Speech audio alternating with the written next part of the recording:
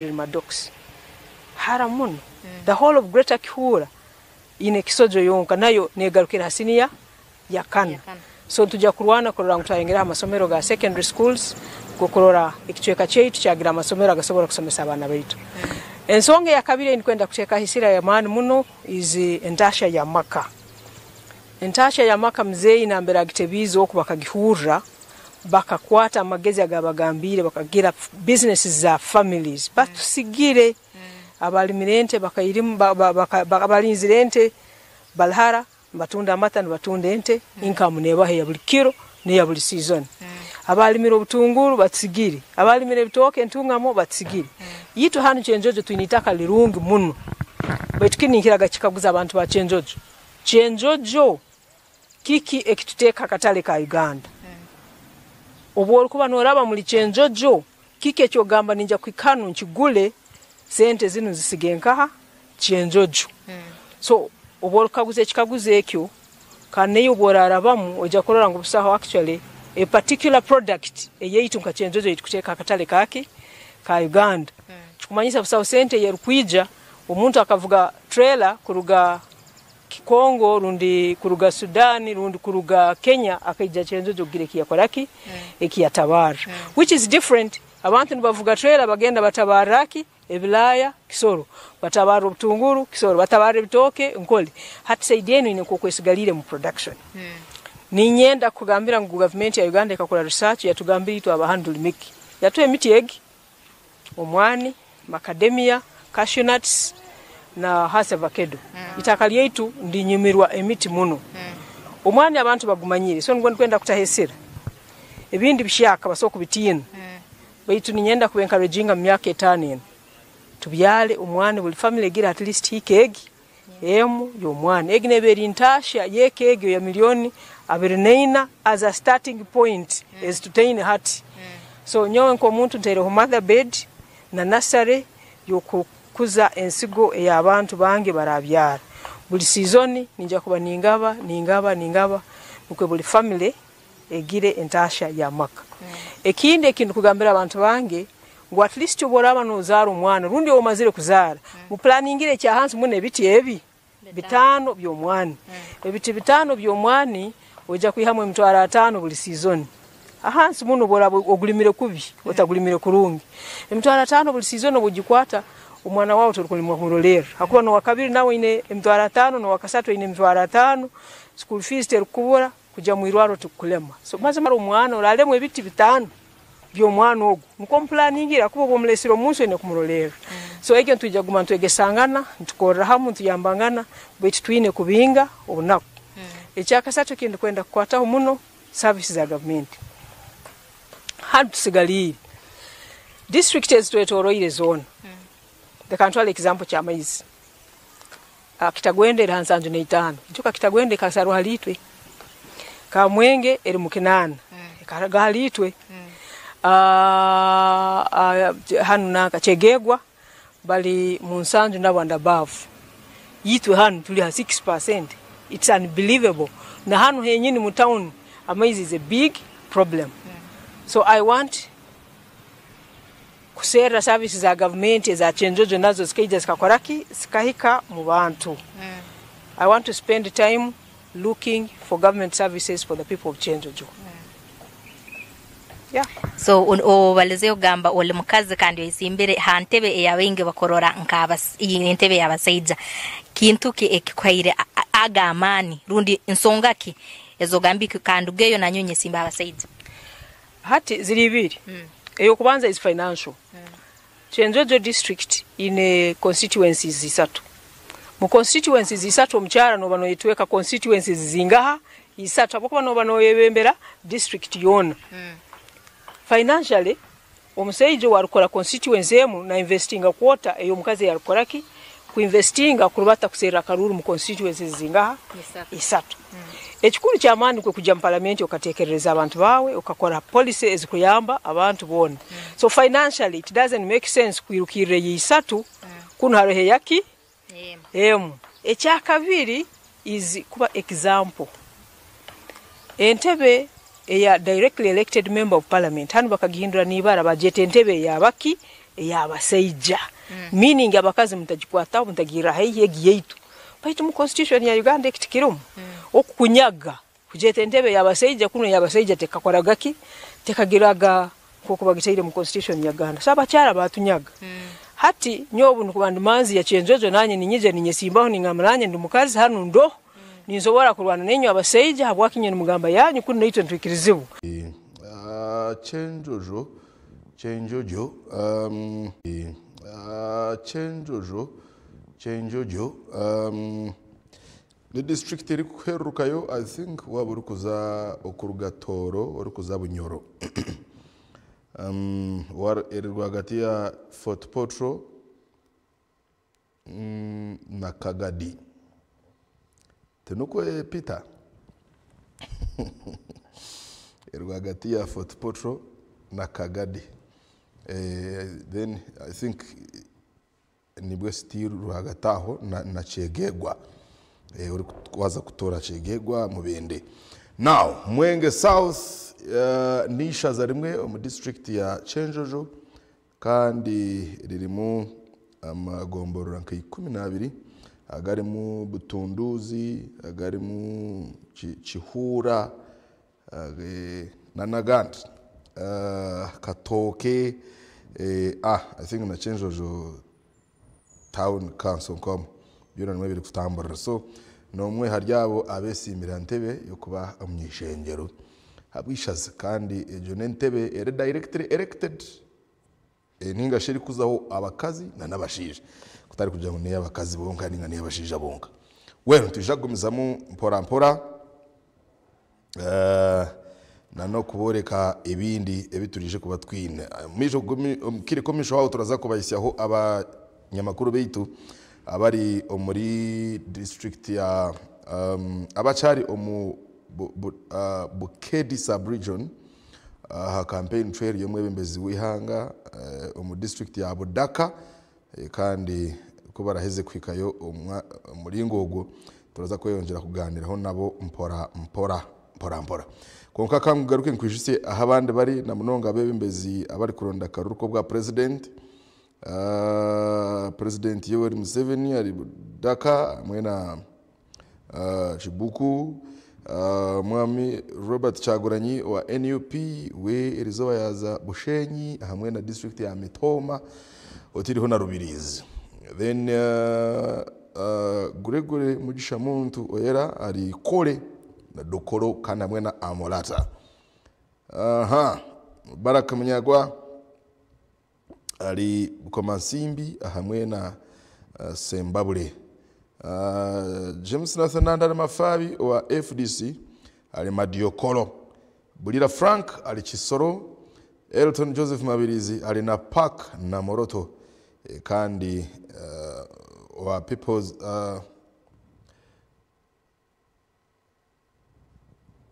National Peasants Party ari mu district ya Kumi kandi ari mu district ya Kumi ya hamwe na Ngora okwenyera za kuba ari kurondera akaruru niba besimbira bembezi munana antebe yo kuba ba president umuryabo muraza kutora na mu omwe bamuranjirire rero ategeke ihangere aho kuba Uganda ni hangere gutegekwa akaruru kandi abari korese nkora ya demokrasia umuraturane niwe turagende nawo itwo gwitu no guma turabumanyisa eyibayika no kuba ari kuronda akaruru so niko turaguma turi kubaboreka tusyo mpora hamwe na nebinde birije kuba biri gukorataho mukire komishao now abakibina cha NRM JT National Resistance Movement bobine echimasho chibare kutamburiraho akayiraka protecting the gains as we make a qualitative leap into a high middle income country ubwa hati protecting the gains nico kigambo cyabe kibina cyarwanyiriza barakoresa kandi buryo mwari kugira ngo abare yaine ebikorirwe omukeyire akemyaka 5 twatera mabega nangwa no bwebembezi bwa President Museveni okugira ngo mubireberere bitija kunyangarara umuryabo hariho omnyishengero kazi habwa district ya Kakumiro umushweka nico kimwe cya Bunyoro Western Right Honorable Robina Nabanja arugiri yashaba abantu muri Bunyoro okugira ngo bareke kuba babebwa. Omwembezi Museveni ngo akozire ebyentunguka byinji tuwena ochainda kuba ariho mubwire bwo mumisha. Ati mbwene kigambo protecting the gains mu kirebese irisho ry'embabazi. Umanyengo ebinte bikozirwe bishemeye kurebererwa bikagumaho nico turi kuhagira umwebembezi wihanga. Nyikiriza ngaruke nkwisi hebigambo byenganzi yihanga ebyo ebyagambira izoberi yanyumwa bazyo mini hoyira turi kwitebikariza kugira ngo nabatayi bitu bari kutwishaho ebiri mu myanya yabo okugamba aha kigambo gains ninga shebikozirwe na munonga ebirungi ebyekibina cha rwanyisiriza.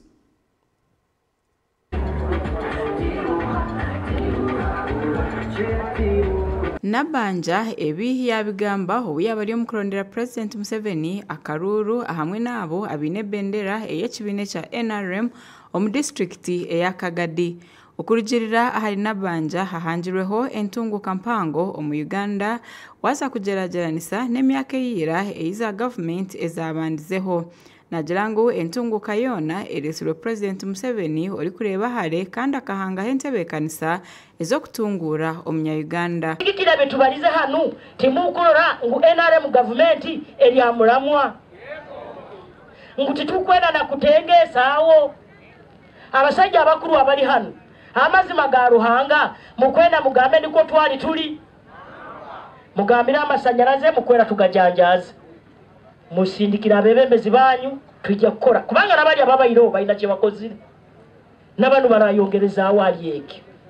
tuli hamwe abarungi. Habwe shongezi Nabanja yashaba abantu okureba hare kandi babase kukozesa omugishogu ogwa government ya NRM ahabwe entebekanisa zayo nungi bazikorese rero begigahaze. President yakaragira esente zino bakuzigabira bwerere kandi buli muntu ayinafuna milioni egi. Are we together members? Hati omanye PDM bwe yayizire abandi bagayara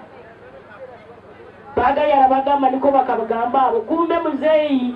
ali serious. Engineer Donald Asimwe oli vice chairman w'ekibine kya NRM ahabwa Bulengeru Izoba nawe yashaba abantu bona okuleba ngu baza kutera karuru batora na President Museveni nikwe government eji egume omubutegeki. President tiniko wewe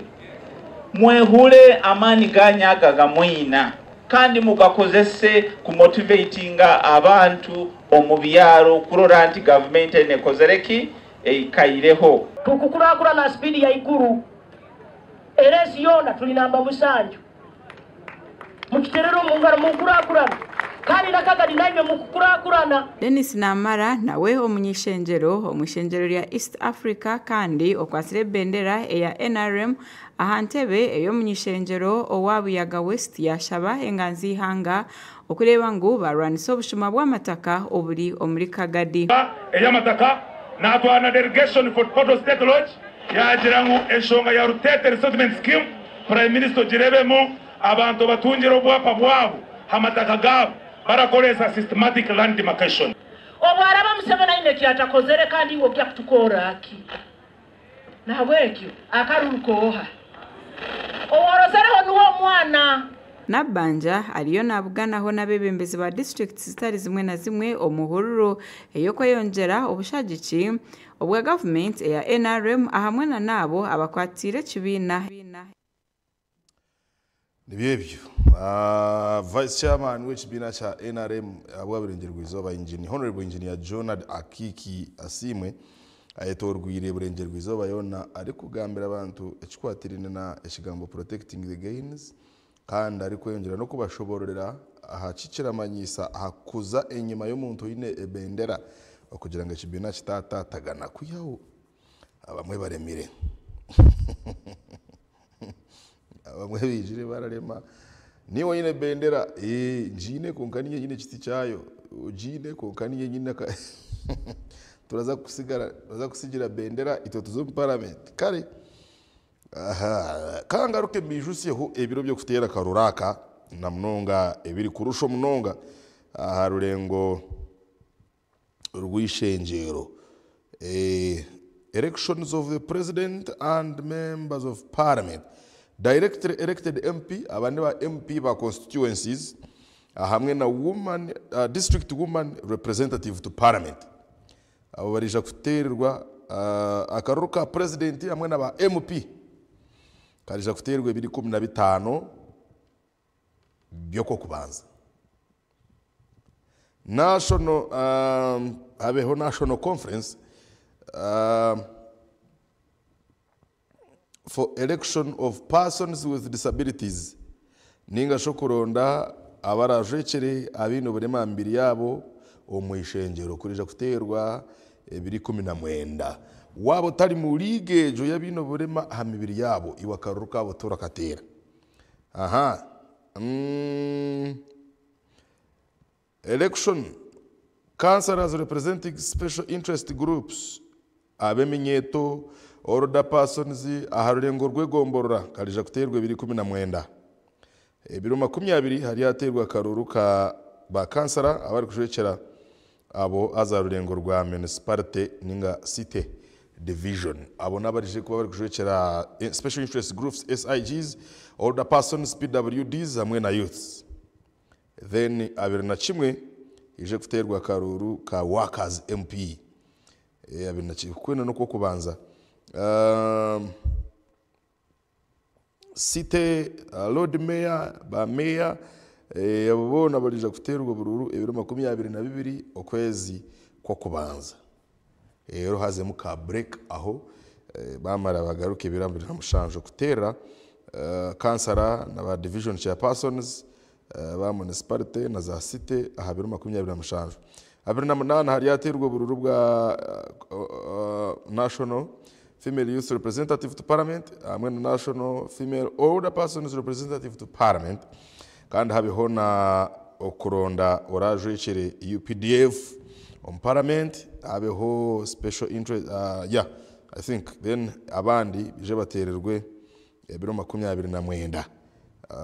uko no kwezi ko kubanza kuri kwigerera kwa manyobwa sub county ba councillor ba town municipal division chairperson zabona bayatererwe biro bina ukwezi kwa kabiri then regional conference okuronda regional youth representative to parliament ningashiba MP beminyeto ahabwe bicweka bitari bimwe na bimwe za regions kaje kuterwa biro mukaga ukwezi kwa kabiri ibyo ne biro bimwe ahabyo tine kwebwa na mnongo mu process ya karureji ituri mu ubwiro twaza kubanza tuze ukace umukahumuro kandi kuturagaruce turaza kuba twine ebindi biri kufa byanga bitari bimwe na bimwe bikwatirina na karuru hanu yanko kutayari wese shaziri mu kukoreka buri kimwe cona ekiraze kuba kiri kugenda mu misho utarugaho.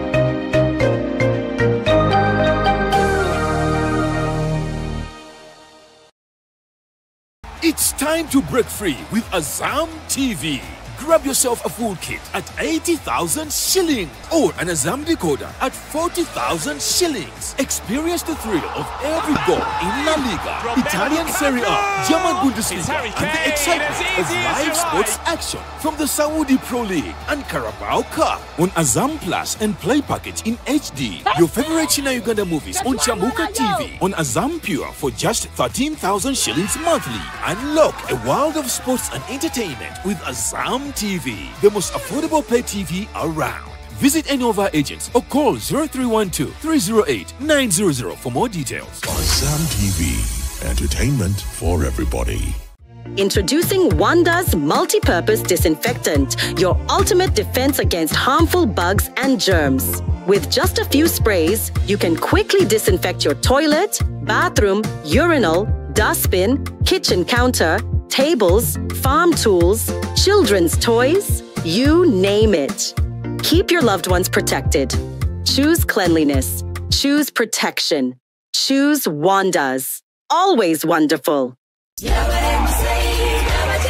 umunya-Uganda mutahi wayo nomanya nkurga government yarwanyize teka henkore yabona basome gete UPE yo mu 1997 na USE yo mu 2007 emiturre y'abantu mu Uganda nomanya ngwe kahindukaho abantu bayiyongera kubaje mbwenu bwanyuma y'emyaka 2008 NRM committed cadres bafite bekanisizeho omukoro gwo kusima government ya NRM hamwe na his excellency Yoweri Kaguta Museveni omukoro ogu guri yabahebera 2003 byo kwikumira gumwe 2025 omuchayi kororo independence ground okutandika shaisha tuzakasheshe mpaka izoba ryona omugenyo mukuru ni president wihanga his excellency Yoweri Kaguta Museveni ashendekerizibwo mu cyara we Janet Kataha Museveni minister w'ebyobwegese n'emizano omutwe gwizoba ngukwatarabiriwe nyowe niwe tutwakushomere iza twe murice obwe turukusima government ya NRM abwo kureta UPE na USE nangwa na state house okwatira abana batari bamwe na bamwe o mu universities zitari zimwe na zimwe otaferwa beshongozi bihanga ryona nebinde byo kushemeza nanye kacayi no wa UPE nyiza kubadiyo Omagarageseji arhembere eri kutuhindura tukabeche chituri embereji eri kuhindura mazoba engendo narishi ebitebyo bitu nambwe no mumberejo bitwantoronde kintu cyo mutana habindi namnonge kintu kiri kubasa kureta hecho kutangaza omagaragitu naniwe gabana haburungi bwa Wonders Family Jelly izoba ryawe riberyo mutano kakuziro mbirungo ebrikuhezo mbiri gukagarika busya gukagira mani wena kwasigara no kuraje Wonders Family Jelly nuko majuta agine kuguma harubaju neka yawe Wonders, always wonderful.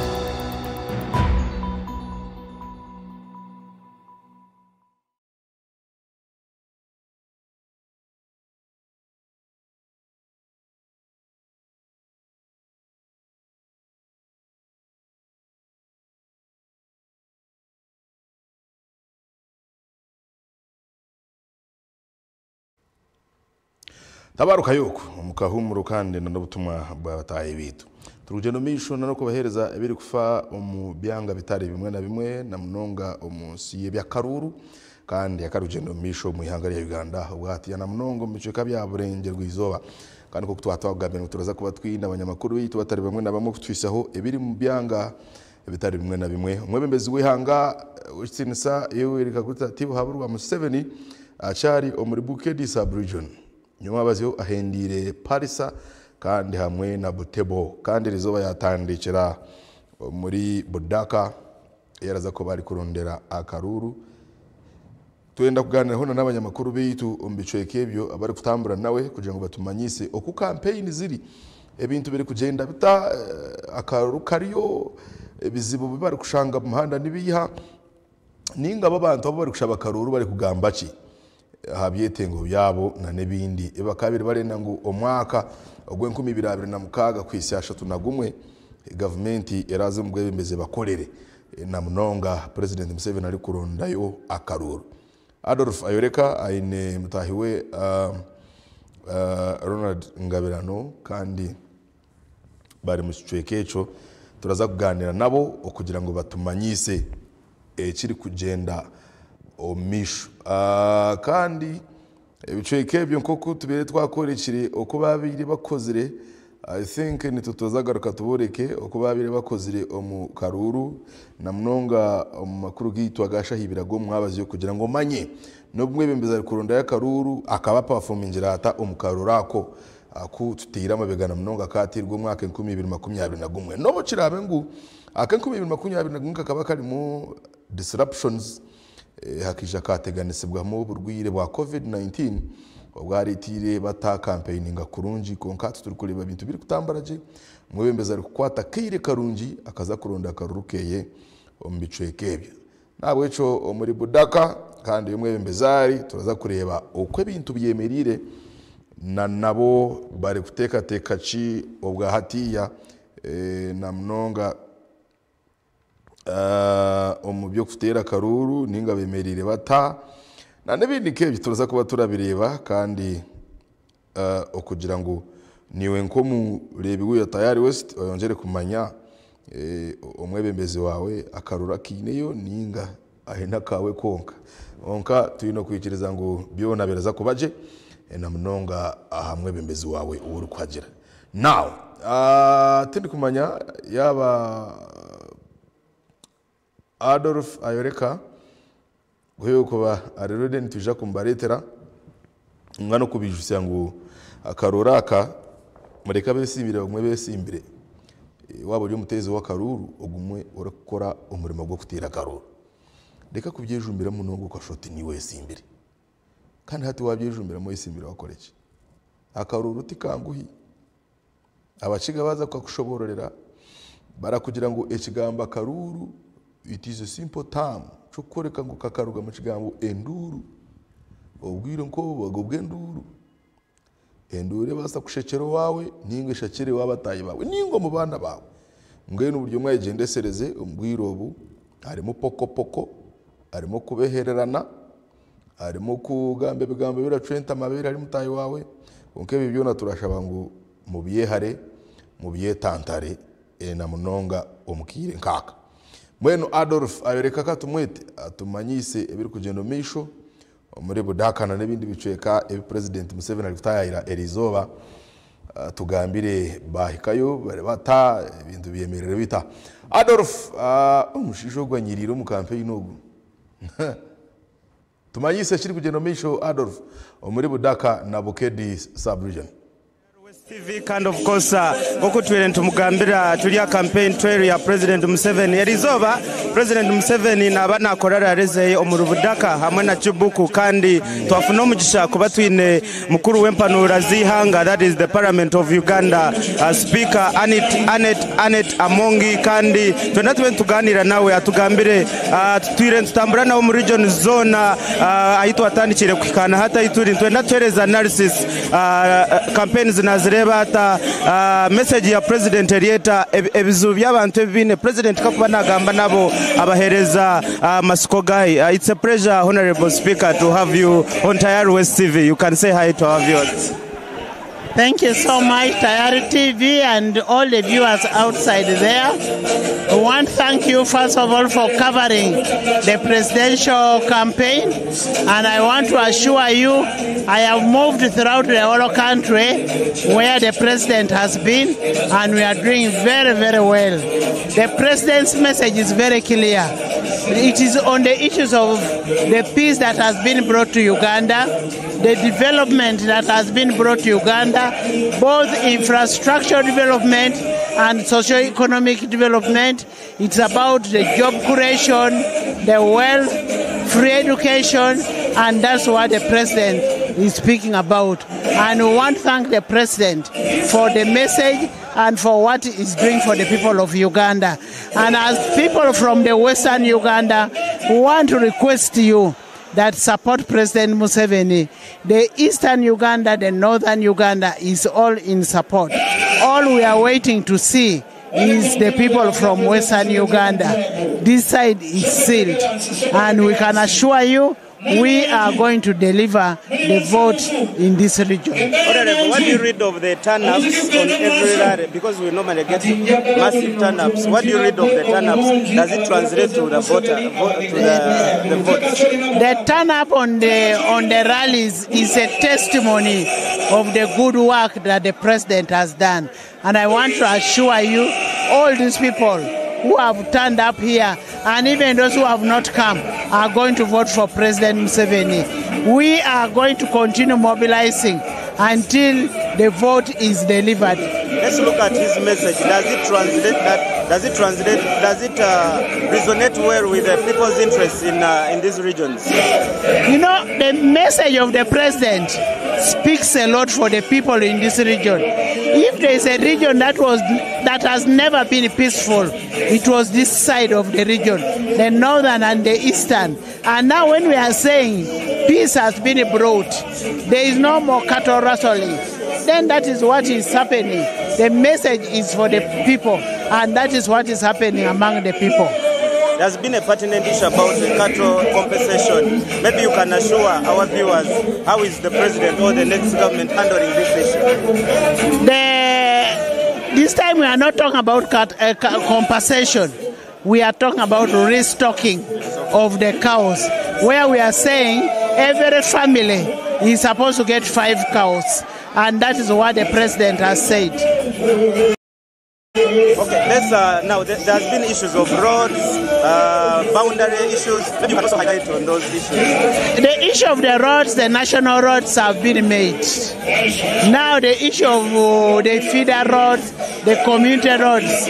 we have provided 1 billion shillings for the community roads. What is left is for the people on ground to be able to use that money well and make sure that they work on the roads. And then the issue of the wildlife and human conflict. We are going to open the boundaries, especially in places like Ikwen. We are going to open the boundaries and define where human beings are supposed to be and where animals are supposed to be. But we are now in the Bukedi sub-region. How are we ready for this region and then for other regions? This region, as you see, you already see the people. We are ready for Bukedi. We are going to finish Bukedi by weekend and we go to Busoga. I want to assure you, this time we are going to give the vote to say to President Museveni, thank you for all the work that he has done in this country. Thank you, Honorable. It's a pleasure having you, and thank you for sparing your time on Tayari West TV. Ogwe yabari speaker wa parliament kandi of course message ye yariona tueleza bichi NRM yariona kora mu kisanja ekirukwija kandi of course nana bakupromisinga abantu na message ya President Museveni yariona hereza tuliaha achai cha Budaka district kandi of course President Museveni shayona nabana aragaramu kandi arukutugambira message ye waza kureba abantu twineho abantu ba leaders bahereze kubana bahikaha kandi of course twenda tugumuza muntu gambana na some of the leaders kandi batugambire bon batekateka ki kandi ebintu ebakwenda waza kureba kwenyuma abantu babaze kubana bijura tunemba national leaders kandi nka Rosemary Seninde ogu national coordinator wa mobilization of NRM kind of course tuineho na Beatrice Rachimari kind of course an MP of course ogu an MP Wantunga mo kind of course na wentu enda tugamba nawe atugambire bo nkantunga moninga nka Western betebe kanise bata kind of course it's a pleasure having you here on TV on Tayari West TV. Hello, I greet you all, ladies and gentlemen. You can speak in Uganda. English. Introduce your name. Good to have you, our dear viewers. My name is Jackie Agram Namionga, the National Vice Chairperson of the Entrepreneurs League of Eastern Uganda, and also born in Budaka. We are here to welcome the NRM flag bearer and the president, the fountain of honor, His Excellency President Yoweri Kaguta Museveni, to Budaka district. Yesterday we had a very successful show in Palisa. We had a mammoth crowd. It was so beautiful. So day 2 we are here in Budaka, and thereafter we shall be in Chibuku. Jagala bagamba okwagala abantu ko balaze President Yoweri Kaguta Museveni kuno kwagala kunsuseko abantu batusoba do sawa 12. By 8 we had a full crowd. So thank you so much abana Budaka mwebale ino mwabalokutako muzeyi abana Bukedi tweyanzire ino. We have gains that we have registered as a sub-region and as a district in this area. So we are really grateful. Yeah. What do you make of these stand-ups that we normally get on rallies? Does it translate to vote? Absolutely, yes.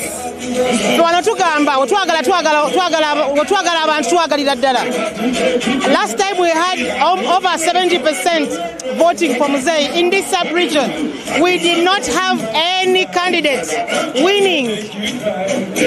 on the opposition camp in this area. This is what we are pledging as NRM cadres. We are only bringing flag bearers. We are pledging as NRM, we are giving Musei 85% as Bukedi sub-region. Maybe you can highlight for us what are some of the issues, the pressing issues that you think the president should address in this sub-region. We need to note here, we have some pressing issues. According to statistics given by UBOS, Bukedi is one of the impoverished sub-regions. The level of poverty is, I will not say alarming, but it's a bit high. So we need an activity that is going to promote the economic status of the people here. I was in Palisa on Monday, and the youth asked Honorable Balam for a factory. They are looking for something, gainful employment to improve.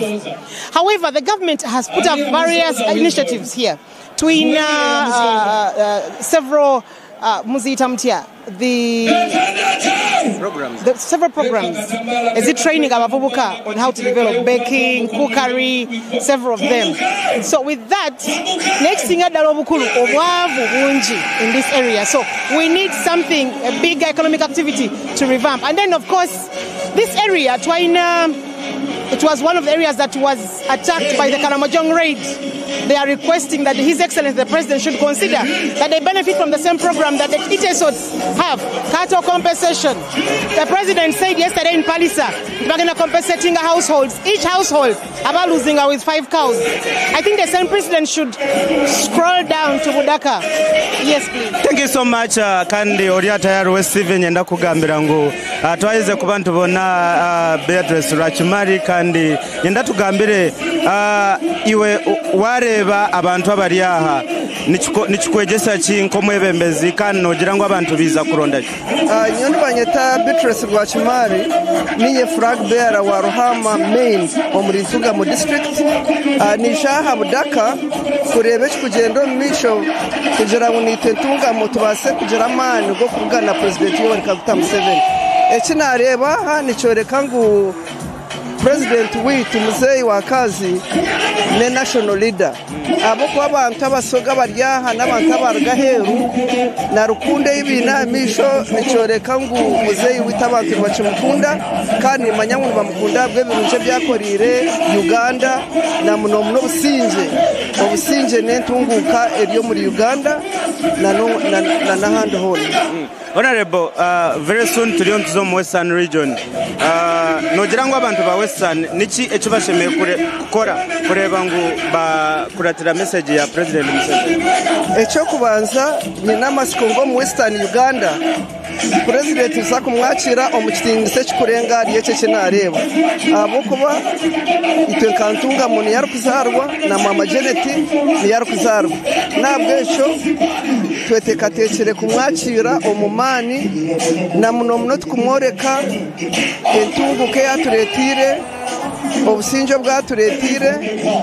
na rukundo twihira mutima twetekatekere kugera ku rounds ezukuteza amazi na renundi kikumi kandi already preparation zatandikire turiyo mu nkiko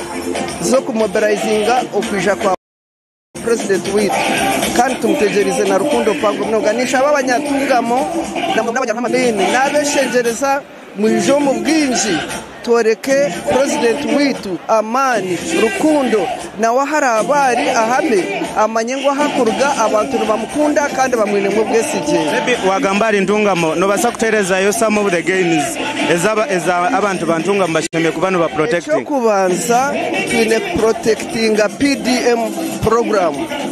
ejene program eyindi kutekateka ngo ishira muntu waburijo eji program ni shaba government ejirinde abo kuba nitwenda nabo abatakatunjire sente nabo bazitunge ejo no program nunje munonga eyo kutungura tension maka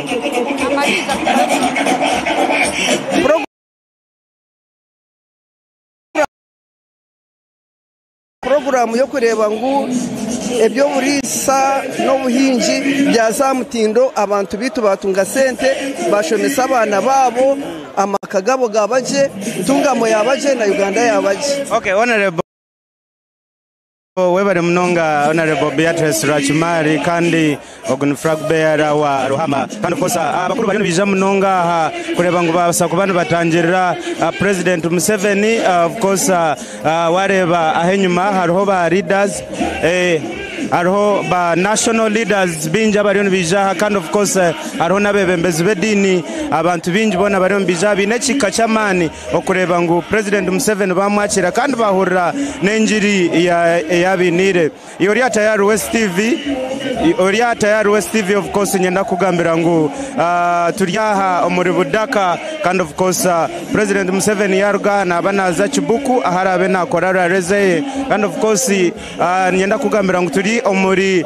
Bukedi sub-region kandi of course President yaruga Bukedi naza kuba natandika region ya Bugisu obwe turukuza Jinja Busia na Nizin districts zirukushangwa omuri Bugisu sub-region yori wareba henyuma no hurra music erione agenda aumisho kandi of course abantu binekika cyamani kureba ngo babasa kubantu bakira President Yoweri Museveni hamwe no kura manifesto yeye nebyo ebyakwenda kubakora issues waza kureba message ya President Museveni na mnonga ecyange iki kikateganisibwa mnonga cattle rustlers kandi nangwa n'abantu binji bafa kandi bitwa entaro nyingi mnonga kandi of course President Museveni abahira assurance yo kuboreka ngo nibaza kuba barya twafuna mu gishatu ine Dr. Musenero Kandogu Noah Technology and Innovations. Honorable, it's a pleasure having you on Tayari West TV. You can say hi to our viewers on Tayari West TV. English? Oh, thank you very much. We are here in Budaka in Bukedi sub-region, and I'm one of the leaders of the sub-region. I'm the chairperson NRM in Butebo, so I hosted the president yesterday, and so today I am here to support this district, which is in Bukedi, and so far the president's presence in the sub-region is going very well. He started yesterday. Palisa was massive. It was massive. And Butevo, you see, a small district, you'd expect a very small crowd, but everybody came. It was massive. And the crowd was so excited to see Mzee. And today what we're expecting here, even a bigger crowd, bigger support, because this is a bigger district, a bigger population, and we are expecting quite a lot. Yes. Maybe you can highlight for us what are those gains that you think Bukedi has gained in NRM government? Bukedi has gained a lot. You know, before Bukedi, in the long time ago, before the country went into chaos, Bukedi was among the richest and most productive sub-regions in this country. However, during the times of turmoil, Bukedi lost its income levels and it deteriorated. And as a result of the destruction of the cotton industry at that time, people didn't have income. They began to attack the swamps and to grow rice. For a while, rice made sense because the soils were fertile, we had a lot of swamps, and people went and got some money. But as time has gone on, the swamps have deteriorated, the rains have changed, and the production has gone wrong. And so, because of that, Bukedi started to deteriorate economically, up to a time when we were only second to Karamoja. However, the leadership of Bukedi has now come up. And over the past 5 years, of course, we have been gaining, but we have accelerated over the first 5 years. We have developed what we call the Bukedi Strategic Development Plan, which is the first coordinated development effort for Bukedi. And His Excellency, the President, has promised that he's going to inject into that strategic plan 50 billion per year. And that money will be shared across the district specifically to encourage the development. But Bukedi has gained a lot. We didn't have Tamaka roads. Tirinyi Road was among the first tarmac roads to be made by NRM when they got into power. And now we have major roads. We have Tirinyi Road, we have the road from Palisa to Kamonkoli, we have the road from Palisa to Kumi, and now those roads are connecting the sub-region. We have requested the president to give us 2 roads, a road that is moving from Butaleja, connecting to Budaka headquarters, connecting to Butebo headquarters, and connecting to Kumi Road. That's going to open up a major routes of trade between the districts in Bukedi. And then also to give us a major road that passes through Butebo district. It comes from Akadot near Palisa and it connects at Nakaroke to the Mbale Kumi Road. Once we have those roads, we have a few other roads that the president has promised. The Nabumali Butaleja Road, that will open up Butaleja. So the other roads are already in plan. Either they are under contracting. So Bukedi has gained a lot. Bukedi has gained a lot in education. We have got a lot of major secondary schools. We have got the universities. Busutema University is in Palisa. We have a campus in Palisa. We have a campus in Busia. We have now a campus in Butebo, in addition to the campus they have in Mbale. And that has opened up education in this region, not only the primary education, but the tertiary education. We have also benefited from the income-generating activities and the efforts and initiatives that the president has made. Of recent, the main 3 things that have come, 4 of them. One is PDM. PDM is massive in Bukedi. PDM is massive in Bukedi. People, that was the first effort that reached the people. And right now, when you move through Bukedi, you see that people are alive. They are beginning to produce. Myoga, which is supporting business. You begin to see the development of businesses. The groups, these people who are small scale, they have been enhanced. And then we also have the women entrepreneurship program, which is operated at Central, but has come and is empowering women. Then the youth livelihood program. These programs have ignited us. Then there are initiatives now. The president has made an initiative through the Ministry of Water and Environment to now teach people and let them get out of the swamps. If you accept to get out of the swamp and stop growing rice in the swamp, they'll give you another means of livelihood. So that is going to back to train Bukedi through the Bukedi strategic plan. We established a consortium known as Bodeko, and now we are training people so that they begin to understand what Mzee says by Chibaro. Chibaro means you must do business, you must do agriculture or everything with a plan. And now Bukedi is rising. And in the next term, if we elect NRM, Bukedi is going to fly. The vision is to make Bukedi the fastest growing sub-region in the country. Honorable President has been emphasizing free education. That in the past, when he started it in 1996, free education, but it has not materialized. Like his dream has not been achieved very well. That's why he started up industrial hubs to skill those students or pupils that get out of school because of school fees. So how are you going to support him to ensure that this is achieved fully? Yes, we are. First of all, those issues of asking children for money in UPE schools, that one had cropped up, but it has gotten over in Bukedi. People who want to pay, who need to pay, they take their children to private schools, leave the other ones to study. That's not a major problem. Also, universal secondary education, that's no longer a major problem. It had cropped up, but when they started talking about it, they said, no, let us stop. However, we still have issues with the quality.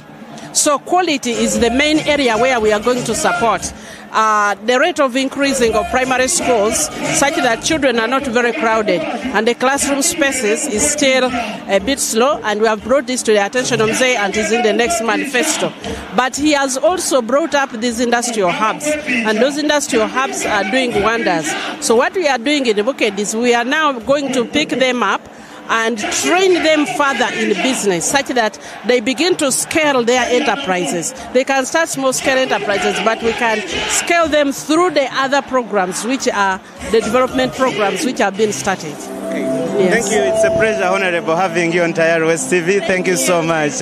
Yes, ogwe mwamureba ni Honorable Musenero, and of course ogono Minister wa Innovations and Science, kandi message ye mwajura abantu bareno bija umubwinji ba leaders batari bamwe na bamwe bari aha kandi eshayo na President Museveni nabana aragaramu arukubagambira message ye yabinire abantu ba Budaka hamwe na Chibuku, kandi of course Tayari West TV turi aha kureba ngo buri kimwe cyona twakikuhereza butunu ahoroho na naho kuba no turebera Adolf Ireka na Ronald Ngabirano aha omurubuke di sub-region.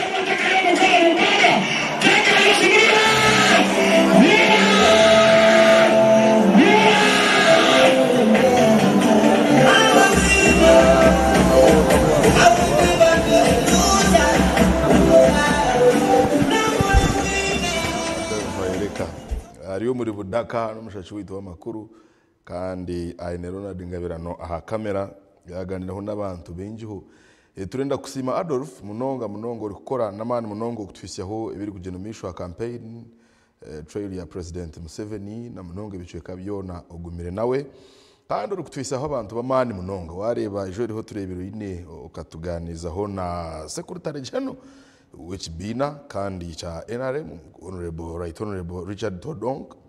elizoba watugani watwisyaho marakaga Right Honorable Speaker of Parliament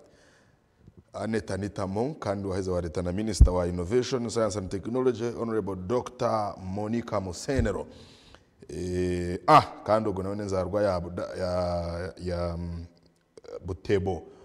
niwe ri kukurira NRM abwa district ya Butebo President Museveni abirari izobe rya nyumwa bazyo kandi hati bari omuri Budaka. Thank you very much Adolf, really muri byabo twabikohereza ye bari munongo kutwishaho byona ibiri kugenda omisho. Turaza ko yongera binitwe kunu nza kutungo kumanyisigwa kumanya yaba twatwenzira kugarukaho mu district omusheka cha Toro okugira ngo turebe bitu tuchari connectinga nabo mkoku munamanya ngo Inspector General of Police ninga shombe domizi mukuru w'iheri ya polisi ya Uganda IGP umukuru Abbas Byakagaba nyuma abaziyo arebekireho mu district ya Kasese ubwo bari kwetebekanisa urunaku rwabo rw'incakarere rw'amazarwa go Musinga Charles Wenzire mu mbere kandi yabinjira kubagumya ariko bagira ati ebyabireho ibyo bya insecurity bireka ko batinisa we are now in full control hati nito twine obuyinza turaza kureba making sure ngo mwaja guzaje elizoba yakangaho mu district ya Bundibujo kandi not Bunyangabo I think okugira ngo ayongere kuganira nabo abagumye kandi baramusemwe na abagumire hano okureba Tayari West TV mwana wanje Honorable Mbanjira ahabwa mu district ya Mitoma ho mugombora ya Mutara ni hono ni flag bearer ahabwa Mutara town Mutara kandi Mitoma district Mutara sub county niwe akwasire bendera ariyo natureba hano yanagira ati bariyokwe nabo bariyo baronda karuru onkiyo hati abwachiba kwesimbireho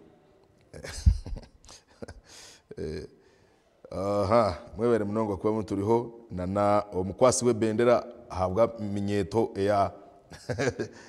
rugwentuha muri Bushenyi mwami Honorable Willis natuyamba aryaho anje munareba program mwebare munongo kuba muriho mwami Mutara ryaho ariyo nayirukanjira project y'ishomero rya Kitanga Primary School kandi muri Mutara kugira ngo bibase kumbeka ajya ngo bareze kuri tano mu budget kugira ngo babase kugirukanjira umukiraka kandi byo nabigendeje mwami Mbanjira nakuramseho yebare munongo kuba Oriata Tayari West TV. Now ntujagumza mpora nkoko na ugambire wechitinisa Abbas Byakagaba Inspector General Police hati yaika omuri Bunyangabu okugira ngo aganire nabo nkabamwe aharyabo nabo abarebireho kace akutahirirwa obu abinazi batahirira Kasese nshumi nshisi twatera amabega I think kibanza cyo kwezi ku 10 mwaho buri kushesha abantu bahurira amasase papwa naho ensiyona yakangarana kandi ubwe bine mikoro izoberi yanchaka niko kuna nawe gambire bine coronation ninga sho kwijuka ekiro eki omusinga Charles wenzere mu mbere azangoma mu rundi rwa 59 59th coronation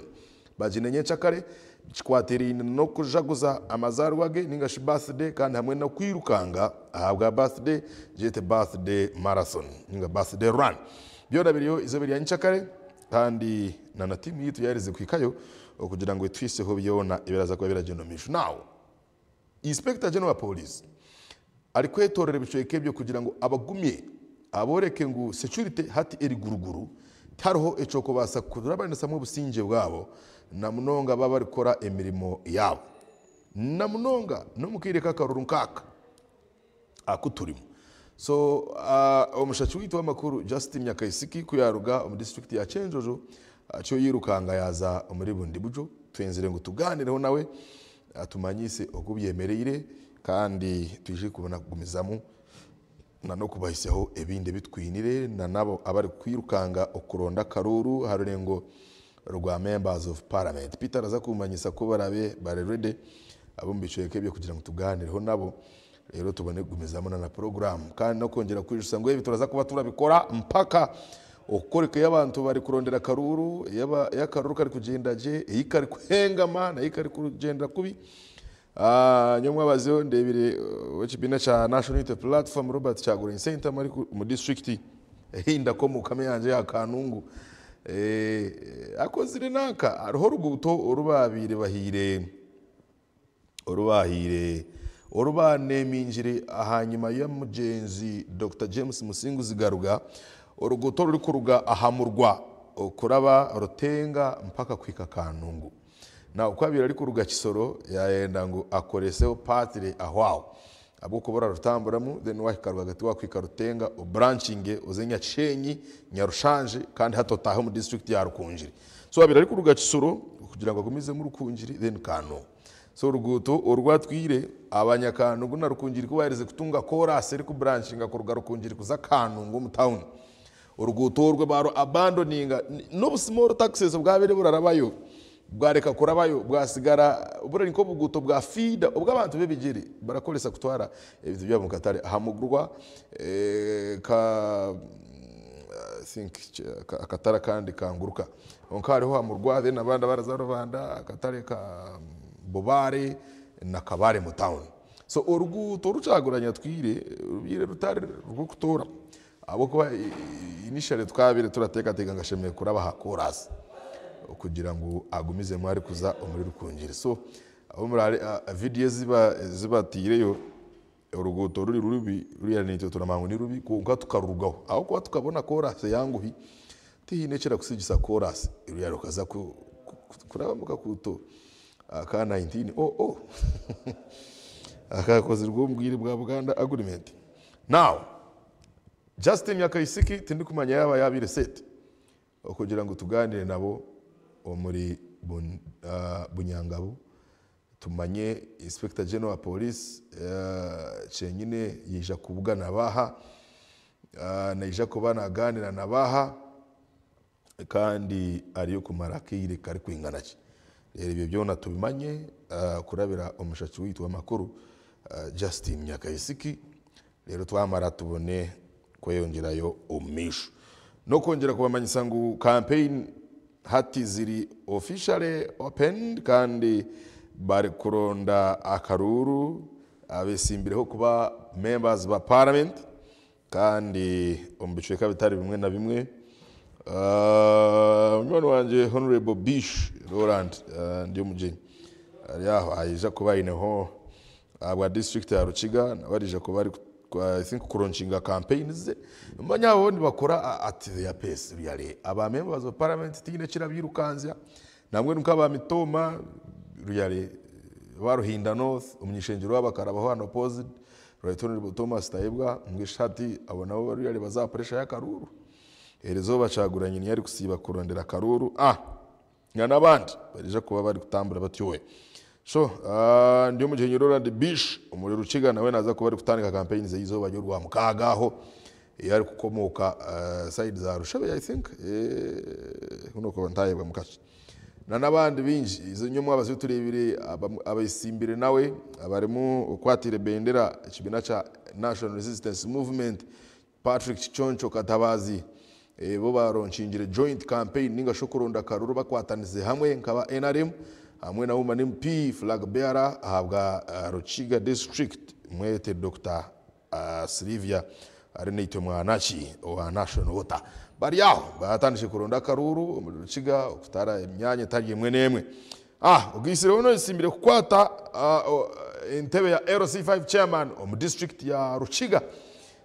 mwami Michael Kwarikunda Mbareba yewe naza kuba naronshinga campaign ze muri kamwezi izoba rya Sunday. Yes, izoba rya Sunday. Izoba rya Sunday nigwarije ko bari koronshinga mu district ya Ruchiga umugomboro ya kamwezi ubwo ni Michael Kwarikunda Mbareba obinji bari kweta Wengoga ahabwa Ruchiga ayira kasoroga nako ari kuja taharyo no Wengoga zoba rya Sunday nituje kuza kwatarisa nawe baronshinge rero batandike ihuru yo kuronda akaruru yabare mnonga gumanitwe dakika zaba 26 ziri kubura twayikoma jingo gasha mukaga kandi ndukumanyisa ngo hano ndaza kuguma kuhereza okureka byona ebiri kugenda misho omuyanga mbwenu I think banywani bitu aba kuko bataka biri ready abatoro tuyine mutayi witu Job namanya mu district ya Rubanda Job Apuli the Prince of Kitagwenda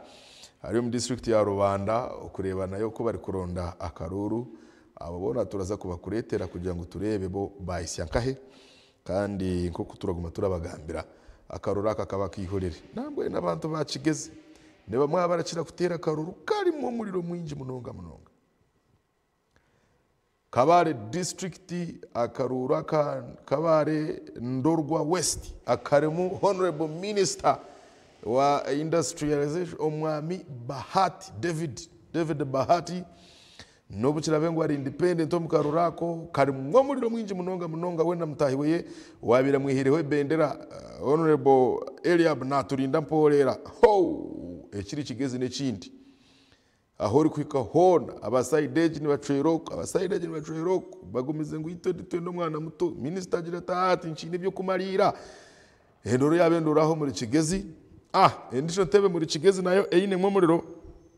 n'entebe ya Rubanda East honorable minister wa finance planning in charge of general duties honorable Henry Ariganyira Musasizi ayisimbire na mutahiwe Jogo Kenneth byabaremo akarora ko nako nakamuriro munonga abwo kuba mu primaries kakaba kasingirwe just n'ubururu buce hati buryo mwe narondesho baho yazikorira agira to murundo guninyo entebe ya Rubanda West honorable Kamuntu Moses Mwongera na mutahiwe Bruce Baraba Kabasa entebe erimwe murunaye ogunagira ati ninyenyine bendera ogagira ati ninza kusigira kiti cha bendera ningatiwe sigara na bendera nyunzu mu parliament obururu bugumire ngenu banywani bitu mwegendesereze bataye banje mu district ya Kanungu antebe zaba woman member of parliament aho abantu bashatu incumbent honorable Chinshaba Patience Nkunda ogisiriho na flag bearer oine bendera ya NRM bwahati honorable Betty Namara Mutabazi Kataba ugisireho na Council Esther Majambere bona ni bagira ngo ninge mpiguza ndabeo taro niko karuru entebe ya Chinchizi East Americano ya honorable minister Dr. Chris Baryomunsi namtayiwe obiro LC5 chairman engineer Sam Arenito Kajojo nabo bari yakuvuganya ni bagira ngo norabaho tindarabeho minister agira ati ninyenshiriho yana yata the minister abantu bakuruhire ugu najata abantu nibacinye like that then eventually neri ntebe ya Chinchizi County West yari mu honorable James Ruji Kaberuka yari honorable omwami Safari Christopher ugisireho na John Ngaruyendungu sena nabandi na nebindi bicweka I think rukunjiri bo muri Rujumbura turebire Honorable Jim Muhwezi ni hagaruka w'ikibina cha PFF omukuru Fred Turyamuhweza karurako nako karimwe muro kamba humuzimike ingana busha njagaruka na Justin Yakayisiki turiko batwaro misho na nebigeno misho omuri Bunyangabo utarugaho.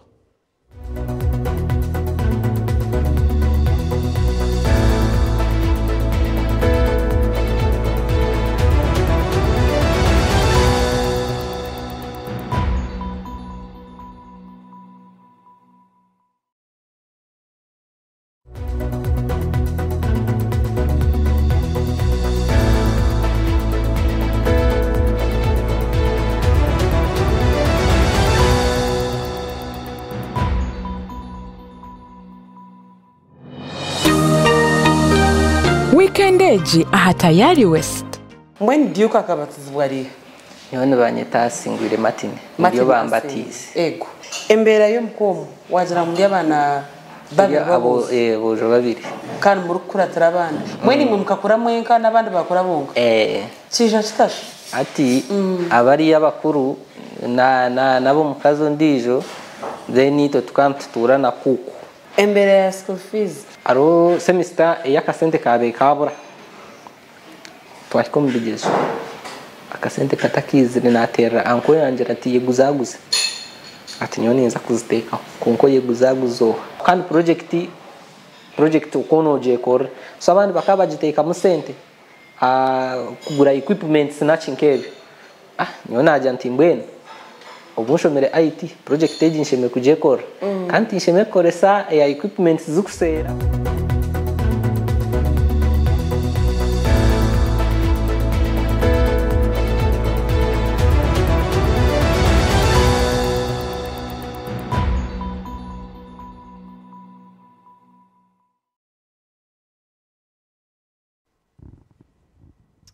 Yabari mno kankwakira gundi murundi idashika 20 zabure twayikoma majugo gashaha mukaga twine update okuruga kororo omu kitongore echendanga muntu National Identification Registration Authority okumanya process aho yayika okwandika bendanga muntu kuhuire kandi hati batandikire kuzitunga okuruga umyanya tari yemwe nemwe n'ikirungi kugira ngo manye ubwire nko bendanga muntu yawe aho wayihandikisize uraza kubora gitunga kurabira nkahe. Ivan Nyesiga mushachi witu w'amakuru mu rurembo rwa Kampala yahereze kusimba makanda muri kororo reka muhereze akagisha atutwareho misho tumanyise bya National ID bya ikahe. Ivan orire buhoro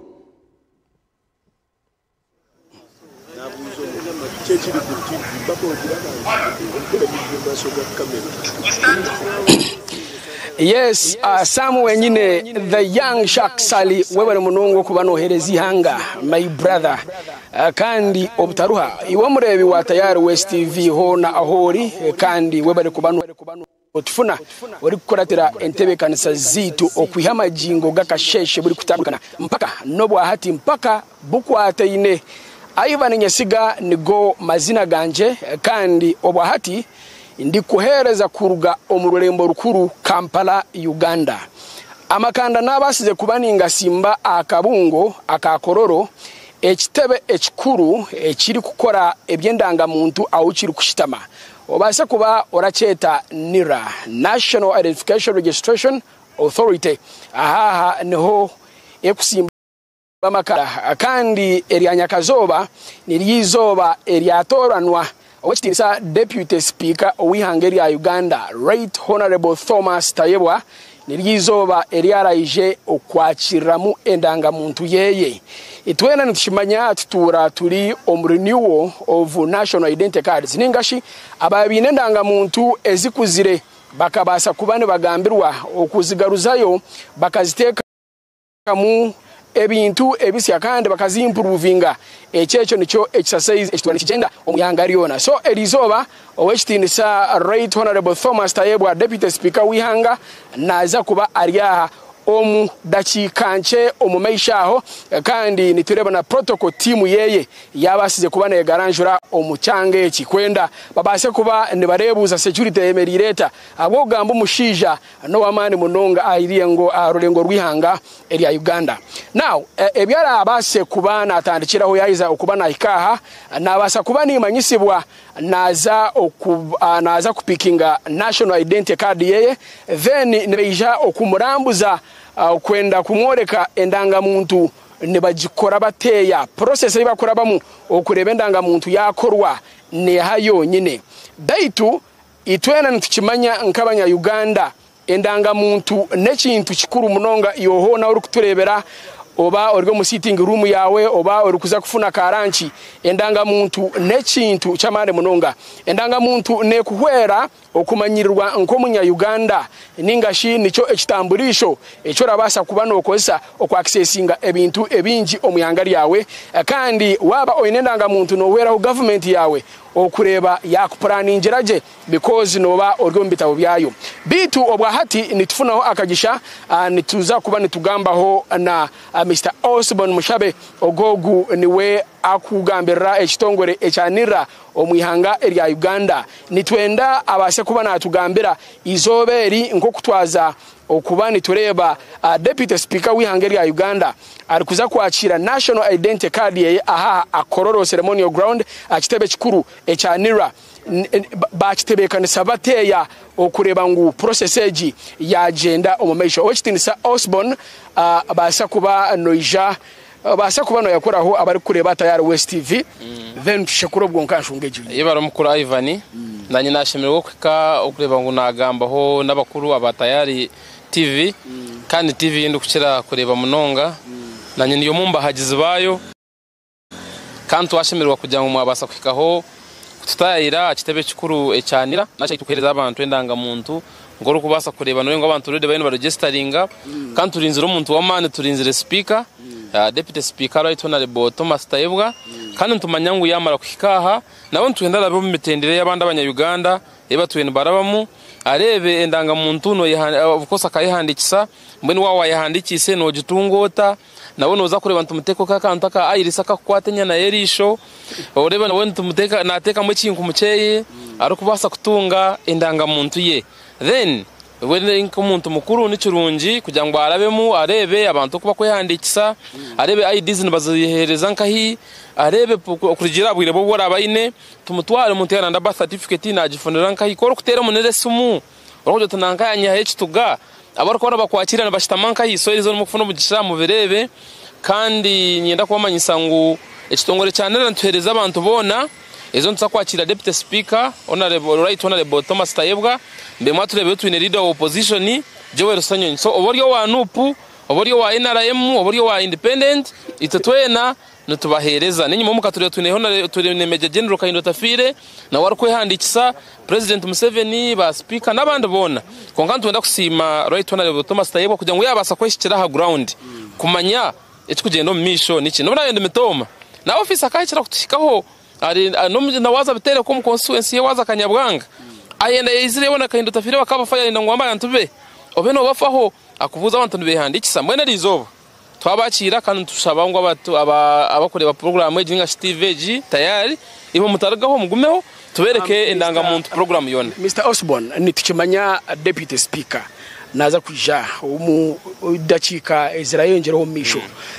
nitureba emeza ezimu kutebekanisa hariya abantu niho bakubasa kubana bagenda point after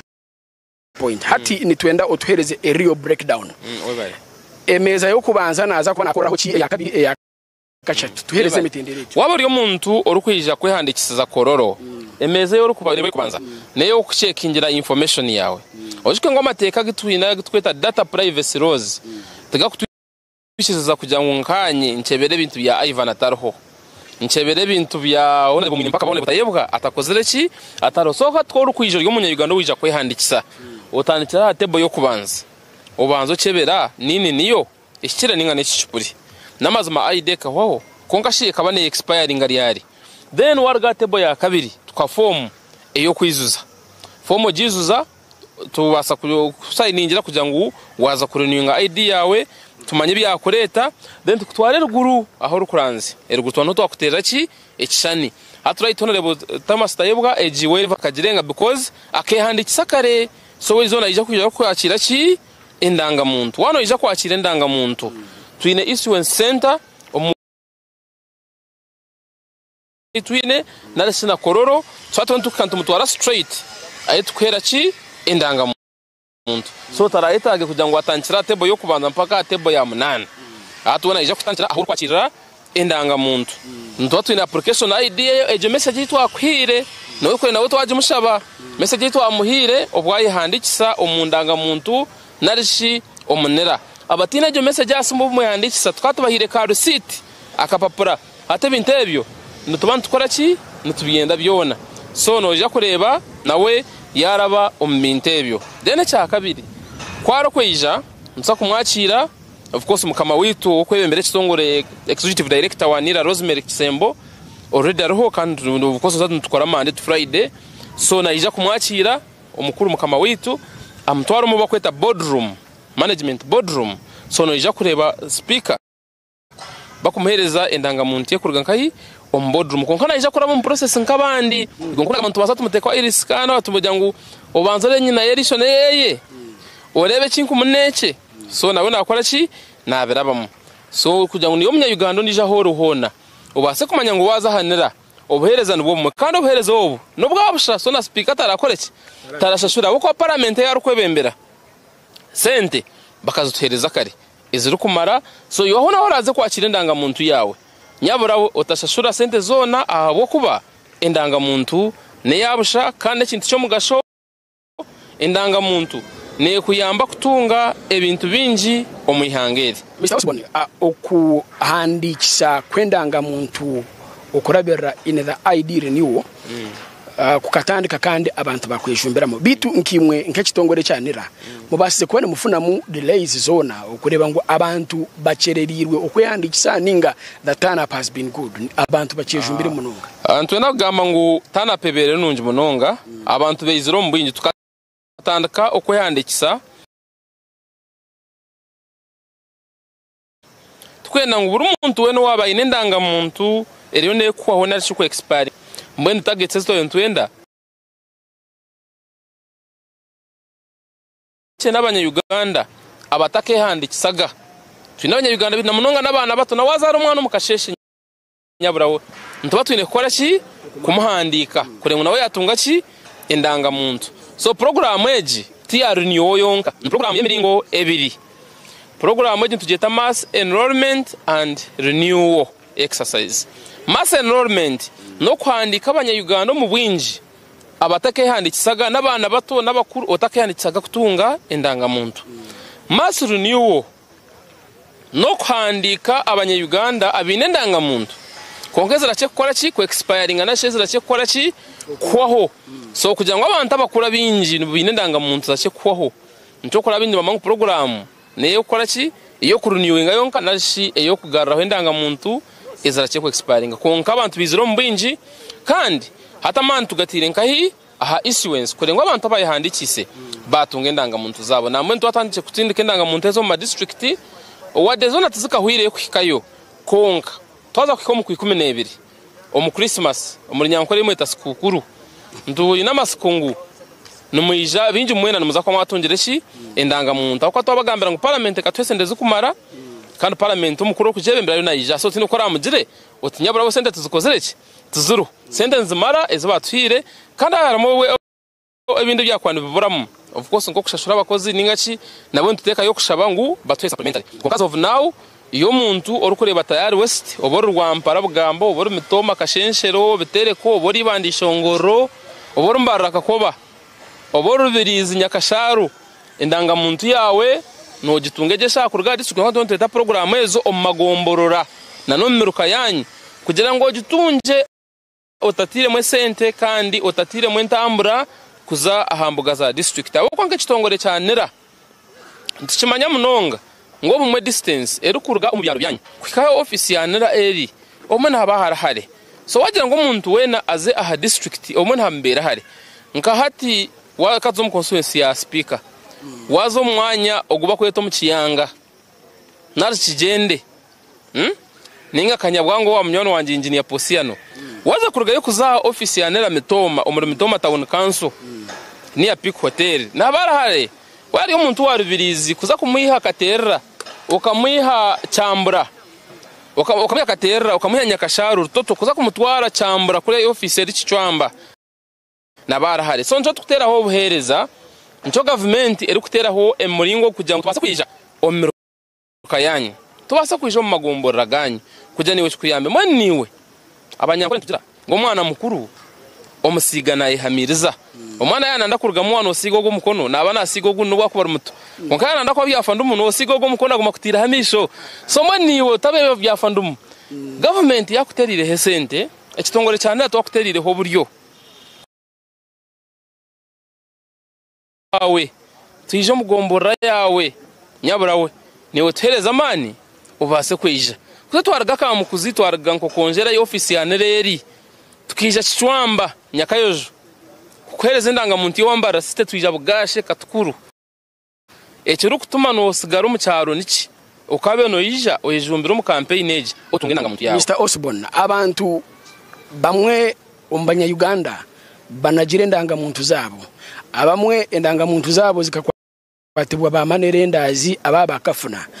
omuntu ogwe yaba tachine indangamuntu yeye nabamitendera ki kwenda ayongera fune indangamuntu yeye because ogwo muntu takushwa nogwe ayaba inendangamuntu ari kwenda ogikore busya bito yeye kabura andi naenda ukureba nawe yafune indangamuntu yebare munonga omu program je iturumu ya renew ninga mass enrollment yaba renew ari kwenda kugara indangamuntu yeye yonde expiring akonke bumwe kabura no yetaga ikintu kimwe cyonga mwende kandi bahereze program yangwi omuntu wena uri kuja muri renew ninga kwija gukoresa ID ya wensya yo twiro ine indangamuntu cyo kubanza wojine no yija nayo tuyaho ekinde cyo kweta expire date tuyaho ebintu bitwetaga tuyaho nini tubasa gukora ki kwendangamuntu ensya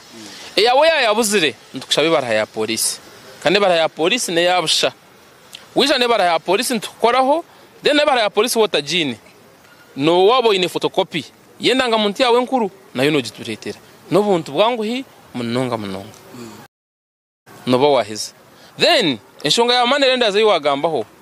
nyonde umuntu ari kukundi amateka itekera kutegeka ekitongore cyane nabageta registration of persons act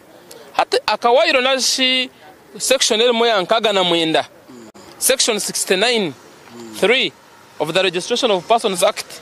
tero kwirikiriza buri muntu we no munya Uganda kuko sendanga muntu ejo kujizisa amabanja kujideko mbakafuna endanga muntu wa dentu jikuhereza ngo ne yawe konga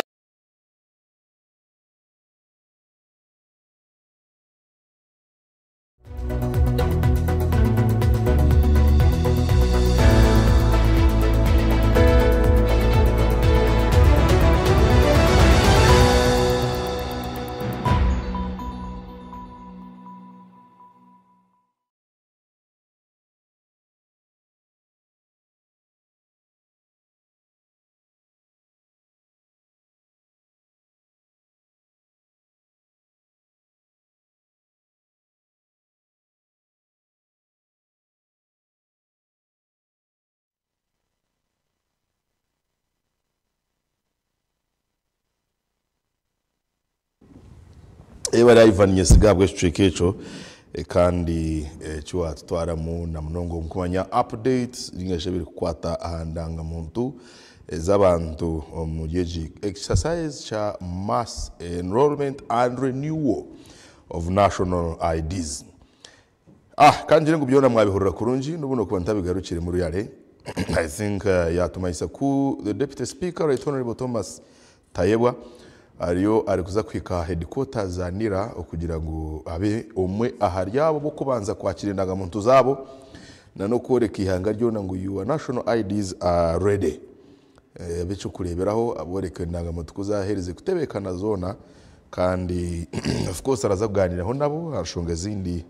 eze ndangamuntu zibarebire zibabwine izwe nka speaker letenga ku addressing umbwire bo misho now tutakagumize mu nkirize mazemba humze ukinga nabusha nanye ngo tomere hatwizi kandi kuturagaruke turaza kuba turi kweyongerayo kumanya mugani makuru agutwine na munonga side yo bururu ninka heyi bari kurondera karuro bwa hatiya kandi ibintu biri kutambura bita naw kamba humuze mukayinga nabusha ningaruka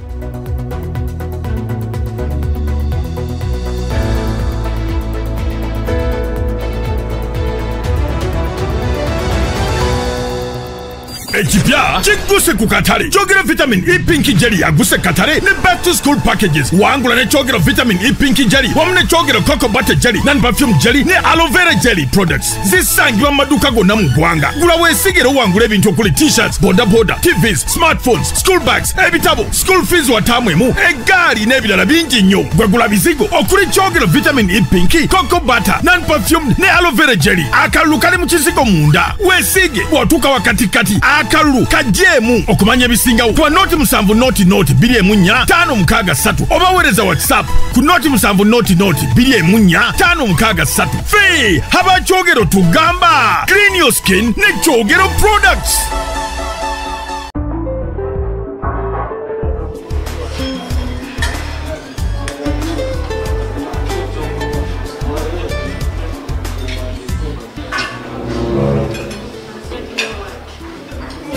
Wait a minute, Jires, Nenga Siraba, Kawaka, where Kaliwan. The way Ravira, Eta Bubili. Sumulula Buliana Kachupa, Chokuno Chipongerama, Chinywa Kufuna Mwenjaulu, Chidikumutindo Wamanywa, Kalimabirungo Bakalunga, Janga Uzi Bagiteka Mwediomo, Segwenyu China Bogu Sangomo, Kagaba Waka, Kaneko no Ulida, Waka Kombucha drink, Chichokuno Chisinga Biona, Iranga Chikoli wa Company Chama Enterprises Limited. Katigwa chetaze, tufunile ku namba z'essimu zino wammanga. 07 musanvu 3 nya 3 mwenda emu oba 0783 10 36 Waka kombucha drink gwobonywa yeka. It's time to break free with Azam TV. Grab yourself a full kit at 80,000 shillings or an Azam decoder at 40,000 shillings. Experience the thrill of every goal in La Liga, Italian Serie A, German Bundesliga, and the excitement of live sports action from the Saudi Pro League and Carabao Cup on Azam Plus and Play Package in HD. Your favorite China Uganda movies on Chamuka TV on Azam Pure for just 13,000 shillings monthly. Unlock a world of sports and entertainment with Azam TV, the most affordable pay TV around. Visit any of our agents or call 0312-308-900 for more details. Azam TV, entertainment for everybody.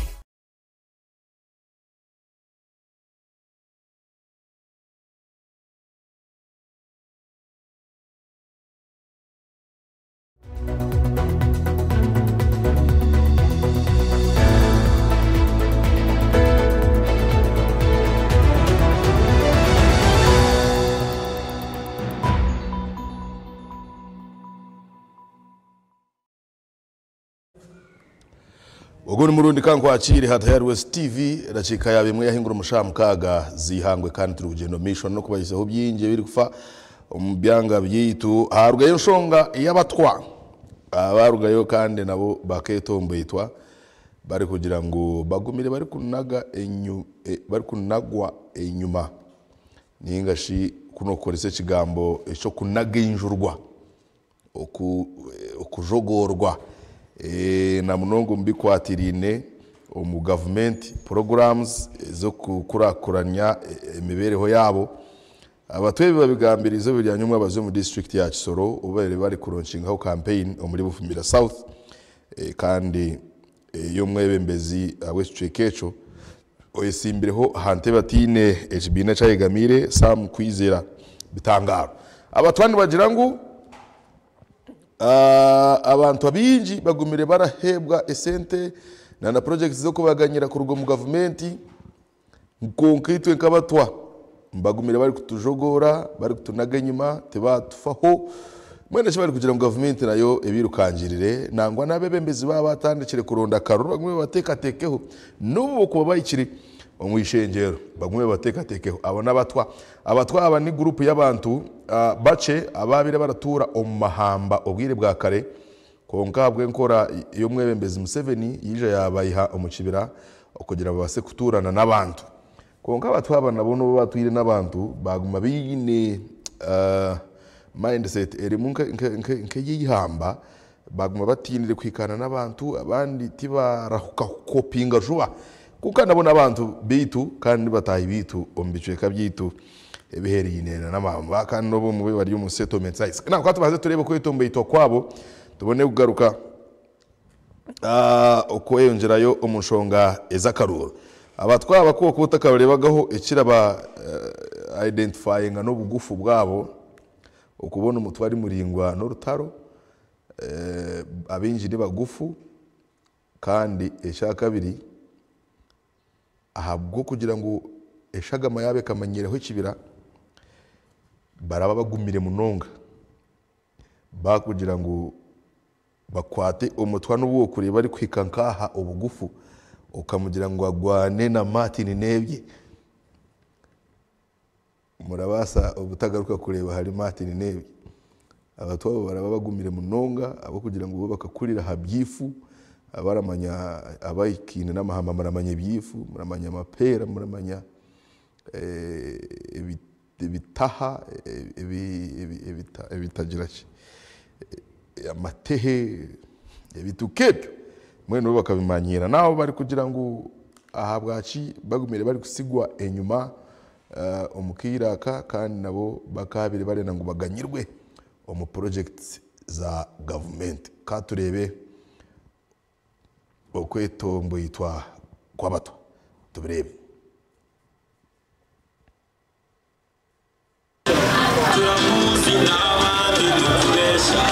abatwa abarukuhangarira mugombora ya Nyarusiza mu district ya Kisoro bemchizira kandi beterera enduru ngo bono bajogorwa tibarukwejumbisibwa mu ntebe kanisa za government ezebyenkurakurana batiyo bashaba ngo mbwangu hagire cyakorwa omukwerwanaho ahakuhindura imiturire yabo abatwa barukwebemberwa bagaragaza gade nibashobora ebizibu nyamwingi ebarukurabamo batiyo bashaba ayisimbira hantebe y'obunyishingiro bwa bufumbira North Sam kwizera bitangaro okhandikira mukuru w'ihanga w'Istinisa Yoweri Kaguta Museveni ebaruha barukushaba kuhatekwaho enshaho eyaharubaju eyo mutano eyabo eyo kwekurakuranisa nekigendererwa ekyo kwimusya oruganda rw'abatwa dushaka ngo Sam atuyambe atwubakira amazu turukurara hanze kandi n'abana betu ndaho bari gusoma n'abana betu baba twabasome kandi ahanini buri muntu buri mutwa agumara mugurira akanyana okurugirwa bakuru bentebezo kubanza ahabwe cyaronke cya Ruceri Ndengo Murambi Kabaya hamwe n'abuzeyi omukwatanisa hamwe omukeshongoro kimwe nabagirango ebyaro byabo nibinyangarazibwa ebizibu nyamwingi nk'ibura ry'amaizi amashanyarazi engudombi hamwe n'amaizi agaruka imintu kendi gito garuka urugo mu nshozi na nebibungo gakacwekereza engudo zabo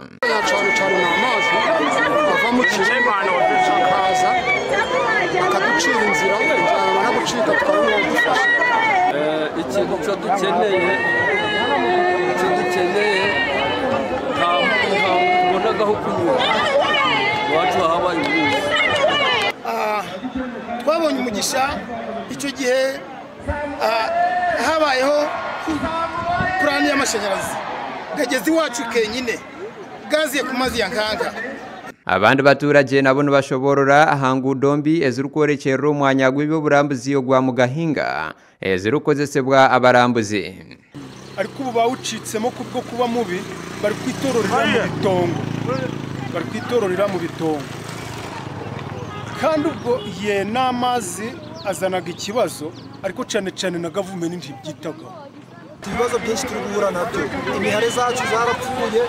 urebye nka ino tourism road yose yarapfuye wagira nta bategetsi dufite so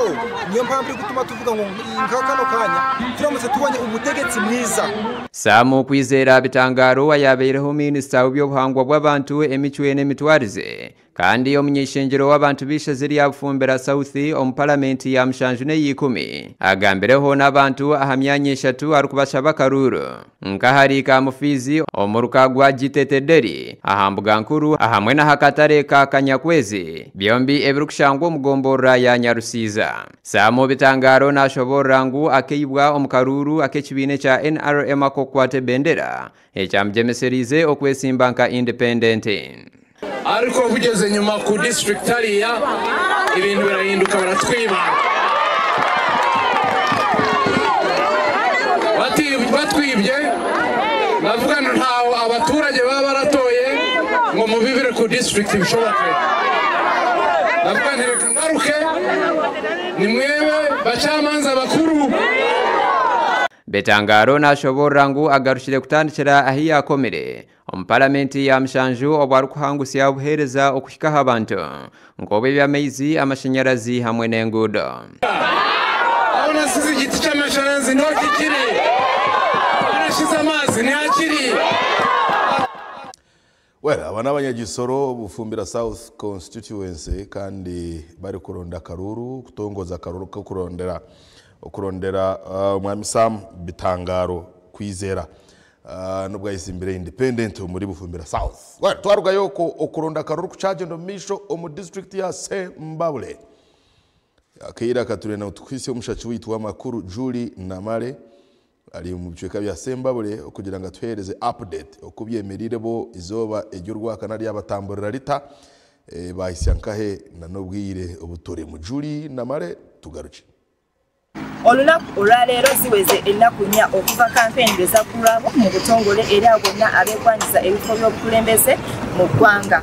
Wano mu disitulikiti ya Sembabule kampeyini zino zikyagendera ddala mu maaso era nga olunaku olw'ejjo munnamateeka John Jet tumwebaze ng'ono yeegwanyiza ekifo ky'omubaka wa Parliament mu Mawogola North. Kampeyini ze yaziguddewo ku kyalo Lutungu eno gy'abeera era bwe yabadde ayogerako eri abawagizi be mu lukuŋŋaana lwe yakubye e Lutungu yabasabye bamuweeyo ekisanja kimu oba bibiri abaweereze olwo nno balyoke abalage mu omukulembeze omutuufu kikyayinza okukolera ekitundu kye. Ono nno teyabasabye bingi okujjako okumuwa ekisanja n'okumusaamu obwesige okulaba ng'ate atwala ekitundu kyabwe mu kisanja kino ekya 2026-2030. Nze kakati ndi wano ndi mutunda fezi ninga mugole ndi mugole naye oluvannyuma lw'emyaka 5 naddamu okutunda fezi mba nina kutunda bikolwa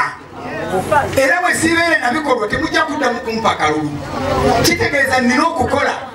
ndabe nga akaddako nkasaba naki na bikolwa wakati mukampa mwana wa kukyalo biki naye kakati n'emyaka 5 era mujja kuba mukyagamba mwana wa kukyalo mujja kugamba owokukyalo yatusala mujja kugamba yatusala ekitegeeza nina okukola ki okukola n'amaanyi musobole okumpa naye nze njagala mbalayirire nga ntya Katonda ndi musajja mukatuliki sigenda kusaba kisanja kyakusatu era temuddamu okukkiriza omuntu kubafuga ebisanja ebisukka mbemeka njagala kubalaga memba wa Parliament akola atya nyinza n'obutasaba ekyokubiri ne bwe naaba nkoze amaanyi nja kusaba ekyokusatu munoonye omwana we Sembabule omulala anzirire mu bigere temuddamu kweyazika mbazzi ku muliraano olwo olukyayogerako gegana amaanyi aneemanye amaanyi tegali asinga embazzi yeewaata nedda tukanye abantu bano mbagambe ejjoogo lye baleeta mu Sembabule tulikooye banange mukoweko banange ate muzeeyi bw'anaabazze wano nga mumulabyeko ng'abaliraanwa mumuyimbiremu akayimba muzeeyi mumugambe nti ebyamulwanya bizzeemu. Bwe tuddako ku ludda olwa NUP omwami Ssemata Idi ono naye nga yeegwanyiza ekifo ky'omubaka wa Parliament naye mu Mawogola North naye ng'ono ali ku kadi ya NUP.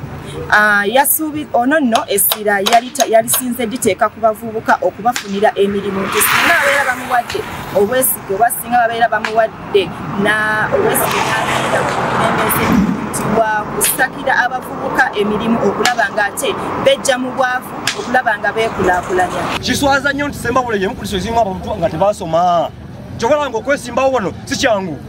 bala omuvuka omutu nga azza okwesimbawo nga bagamba yasoma nali ndi awo nga nseka ng'omuvuka yasoma ddi oyo basebo ne banyabo nze nina diguli mateeka nina ne masters mu ddembe ly'obuntu kuva South Africa toyina kyonza kuŋŋamba naye nga bavubuka munange bo basoma kyekyebuzibwa tulina nange nafuna funye mukisa mukama nanyamba sinze w'amaanyi nnyo sizikamba nti nfamere y'amaanyi nnyo nange ninga abantu bano naye nafuna funye mukisa oba oliawo nenfuna scholarships n'ebiki ate nga siza ggwanga mu kukozesa amaanyi amangi nnyo bambi si buli omuntu asobola ofuna omukisa ogwo tugamba nti buli omwayi n'okubanga afuna kyenkanyi mu nsi eno basebo ne banyabo talina omwayi namugabo ku nsi yaffe ffenna tugabana ki tugabana kyenkanyi bano abaana bonna balina kubanga bayivu nalo kwa tulina obumbula tulina fugabbi kyetuyita impunity bano abaana bami tebafuna mukusakola ki kusoma tuzenga tugamba nti ez'amasomero tuwa abasomesa omusaala esawa ya leero abasomesa batudde bagamba nti aba artists balina kufuna sente ntono kuki kuba science naye nga lwaki kyemugamba nti mu science nze nakola artist naye nsobola okubeera mpaka pale nenyamba abantu bange okukitundu kyemugamba nti senkanakana mu science tugamba nti twetaaga kibayita equity mu buweereza. Abona ba district ya Sembabule bari kugenda mu meisho no kuronda akaruru mbicho ikabitari bimwe na bimwe kanjire mwabiyehurira I think tindetenga kubanza na bigarukamu ninga kubavunurira at least wabo ryo mu Uganda nubo kuryo munyankori akaganda akora kahurira. Now aba district ya Ntungamo nabo namunonga abakwatire kibina cha NRM bendera bakozireho kuronshinga okuronda karuru hamwe ninga joint campaigns kandi bebembeize okurondera President Museveni nka chairman w'ekibina kandi baronchingira ahakishaye cyakafunjo muri Mirama aho abakwatire bendera bona bazire ngo barondere President Museveni bagaruke barondere bona abakwatire bendera ya NRM akaruru babone okeyungamu nk'ekibina ubundi ngo bakabasa kuba hamwe nko kwa geterine nigo gatigufa ekamba twareho tubirebe ebyo mu district ya Ntungamo rero twijena n'ibindi kandi ujuke ngo mukere commission hwaho turaza kuretera umwebembezi Museveni butunu uko ari kuronda karuro mu district ya Budaka katubanze turebe ebya Ntungamo Mwene baherezo mcha nkoko wababyire hatagira na kimwe cyabakura nkoko wabombekire hatarigera na kimwe cyabashenya. Aha mukorogu abakwasire bendera za movement harimo abajwekerwa ba parliament RC5 ba kansara n'abandi baterera abantu bona omuranga okuterera kandi bakarondera President Yoweri Museveni akaruru. Nagaruke mbashaba abantu banje nimbeshengereza ngututerere buri umwe aine bendera ya NRM hakuwa Museveni takuza gukora wenko mu parliament tuinakuzayo tukakora nawe tukajwekera abantu bituje n'abembesa bakugenda bashumirana ogwo n'ekishunga ogwo n'ekipumpuriya ogwo ogwo akagwa mwesha ogwo tumwebembezi murungi mureke turonda abebembeza bine discipline abebembezi abarukugita abantu konka batarukutanyura abantu baraganise korera abantu nebyanga byabo obwo barukuteka esira ahabyamagara enguto ebyo bwegese nebindi byingi kandi ndukozesa kureba ngo irwaro ry'itu byakoraki yazombuteka nangwa ryageraho n'amateneti embabazi n'abakozi abantu b'ecyoke kibabagiye nisha kugezaho kureba ngo etasiyo mu makagitu yabe y'umutindo mugende muhinge umwani mugende muhinge urutoke mugende murundende mugende murunde musi muhinge imiti ahango kuba ihanga nyandi kurakorana umuji wabo ineke kurya weyinesete ogoro waturota okwasire bendera ya movement nkameya wakafunjo Mirama Town Council Ismail Mutabazi aterire government y'omuranga okurabiro mu RDC okwijuka bamwe habarwanirire government nangwa nabo ebintu byabo byashishikariro mu rutaro rwa Rwanda ngambira abantu aba barya utaro rwa Rwanda kurwatire baheza kwambuka bagarukomu hakorwamwe abantu abapire hakorwamwe ente ezanyagirwe abantu abo abandi nabo bariyo babareba konka abantu abo bakanwa nyuma tino yo kubagambirira omutawuni enkuru ya Ntungamo abahakanisa government nabo batandikireho kurunda akaruru ombantu Honorable Bahamya Magambo akwasire bendera ekibine cha NUP ahabwa Ntungamo municipality nawe ashabira abantu obushagiki kubajwekera omwishengero ry'ihanga kugira ngo ebintu mu kushereba ningashi social services nkamarwaro nkenguto nkamizi n'amashanyarazi n'ebindi ebyo memba ba parliament kiriyo mutugwe kureba ubwenyo bwayine kuza kushakira abantu be ibino baryari municipality ikindi twine okuturugunya twine nanka ugono wamutabana wananka ugono mutabana wananka ugono wananka municipality bakareta program ya iziti ya government kanjeta ne modo families ize batakumanya bakabatazasinda eururu yokusherura obushagiki omukaruru kabona karukwija kenkumi na mukaga obwa hati eriyo nekigenda omumaisho ahandengo zitarukushana obwo abesimbire bona barukuherezayo ebiborekerire okukorera abantu nibyo ebyo by'abanyantungamo uko bari kuronda karuru nabo omukire aka tuzeho mu district ya Bushenyi Ishaka municipality ariyo umushija wa mani munongo yisimbire hantebe ya member wa parliament wa Bushenyi Ishaka municipality orikwetwa Nicholas Ndiakira muhereza kandi ogu abinje barakira kumweta Ekinaorovu habwe kifubana na mana gaine ayisimbire abwa member wa parliament kandi arugiriyo ari kuronda karuru muri Muramba yo kubanza hamwe na Buramba ya kabiri abantu yabaraganisa ku ayetegwire kurebeka ngo uburi bwenguzi y'ubushumankuzi omwihangeri yabumariraho kimwe no kirabe ngo abantu aba nabo bamurekire obushagiki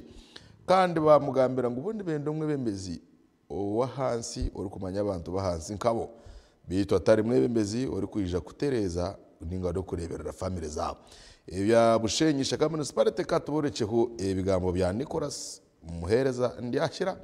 Ekinaorovu tugaruka.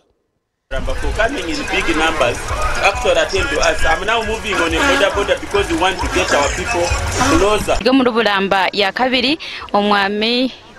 Nicholas muhereza nkokwa yesimbire ahabwa MP Ishaka Bushenyi municipality ariyo naronda karuruke haza karuruke ariyo nakaronda ahanzo handijo na genderana n'amapiki okurebeka ngo buri muntu wena yamuhikaho yamushaba karuru ayiturugambira tumwine hanuya ogwo mwami Nicholas muhereza nawe nayiza kuba natugambira ebyahire kokora abantu be konga kutwagizaho kugambana n'abantu be abinji batugambire shonga y'amashanyarazi abinji bagamba corruption y'izwiro mu ihanga kandi twatunga kagisha kugira ngo tumuhereze umugisha atugambire uwe okwayihire yo kurwanisa ebyo y'abantu binenke bizubu kandi barenge series reka tukhereze omwami Nicholas muhereza agire nko kuyatugambira anshonga ya corruption oburwenguzi na amashanyarazi n'ebindi bizube byahuro mu cyangeki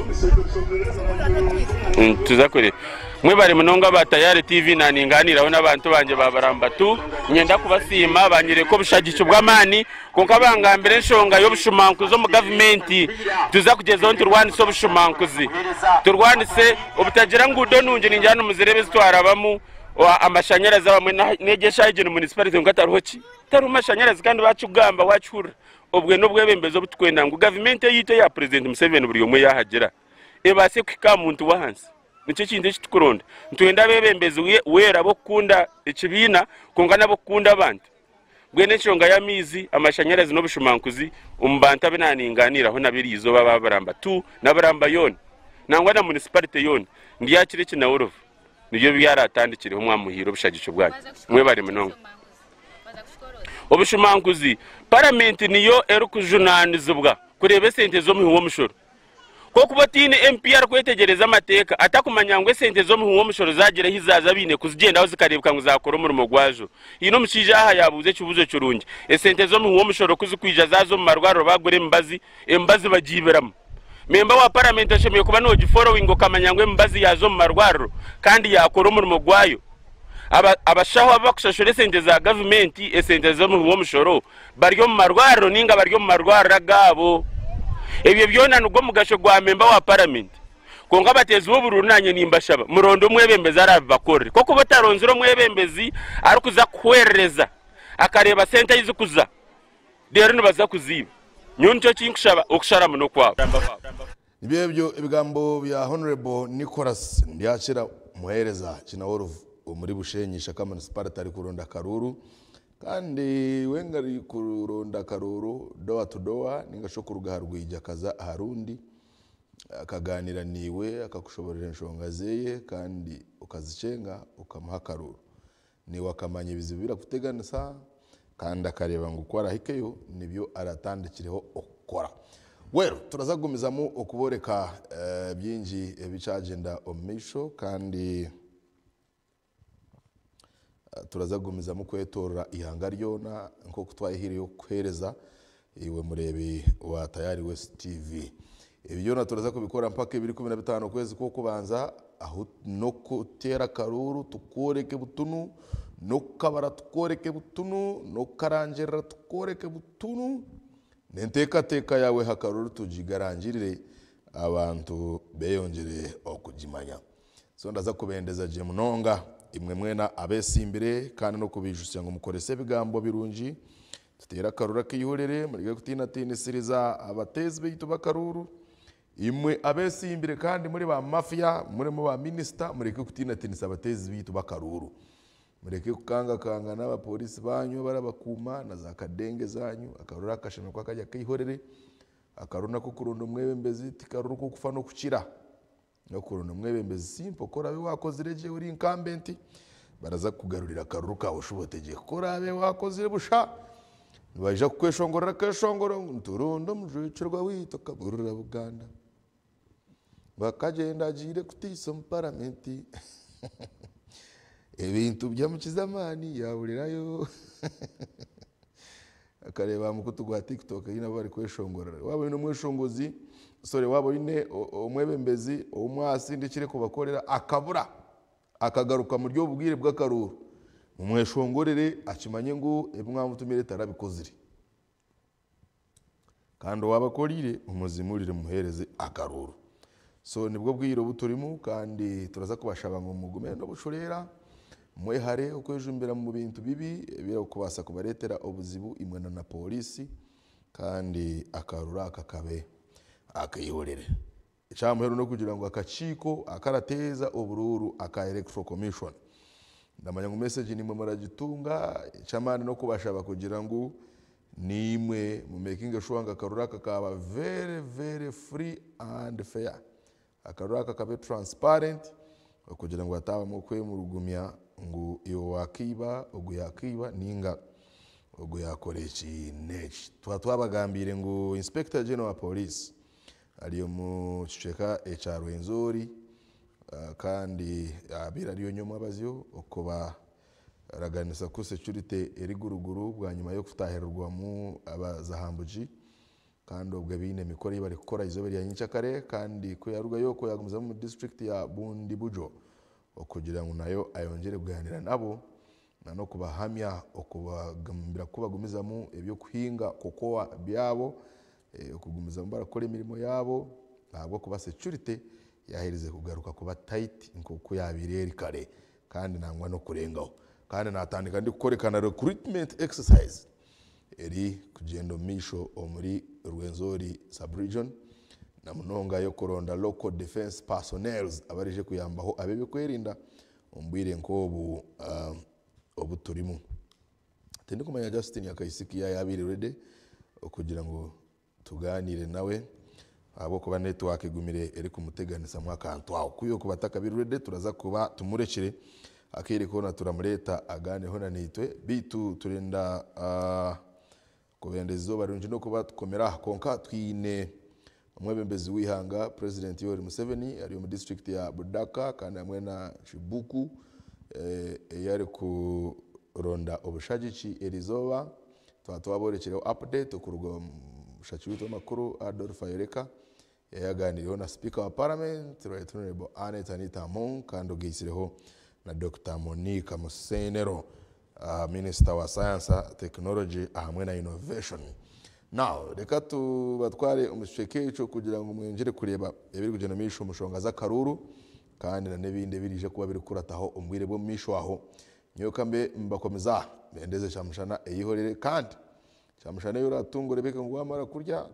urindiho budashika buce onywe na amizi n'amagara garakuyamba kugira ngo mbere gwa ugume gurije munonga kamendeze je mutarugata yari west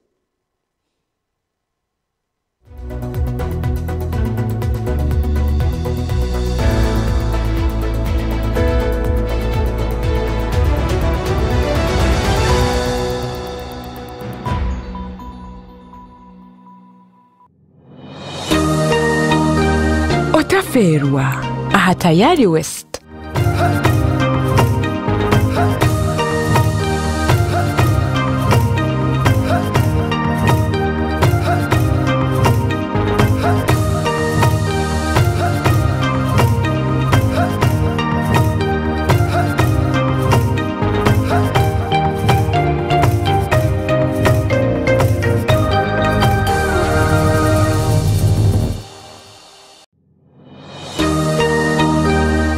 otakaferwa aha tayari west otakaferwa program ebiru kufomunsi urwo kubanza kusyo rwa katano shahemu yo mwabasyo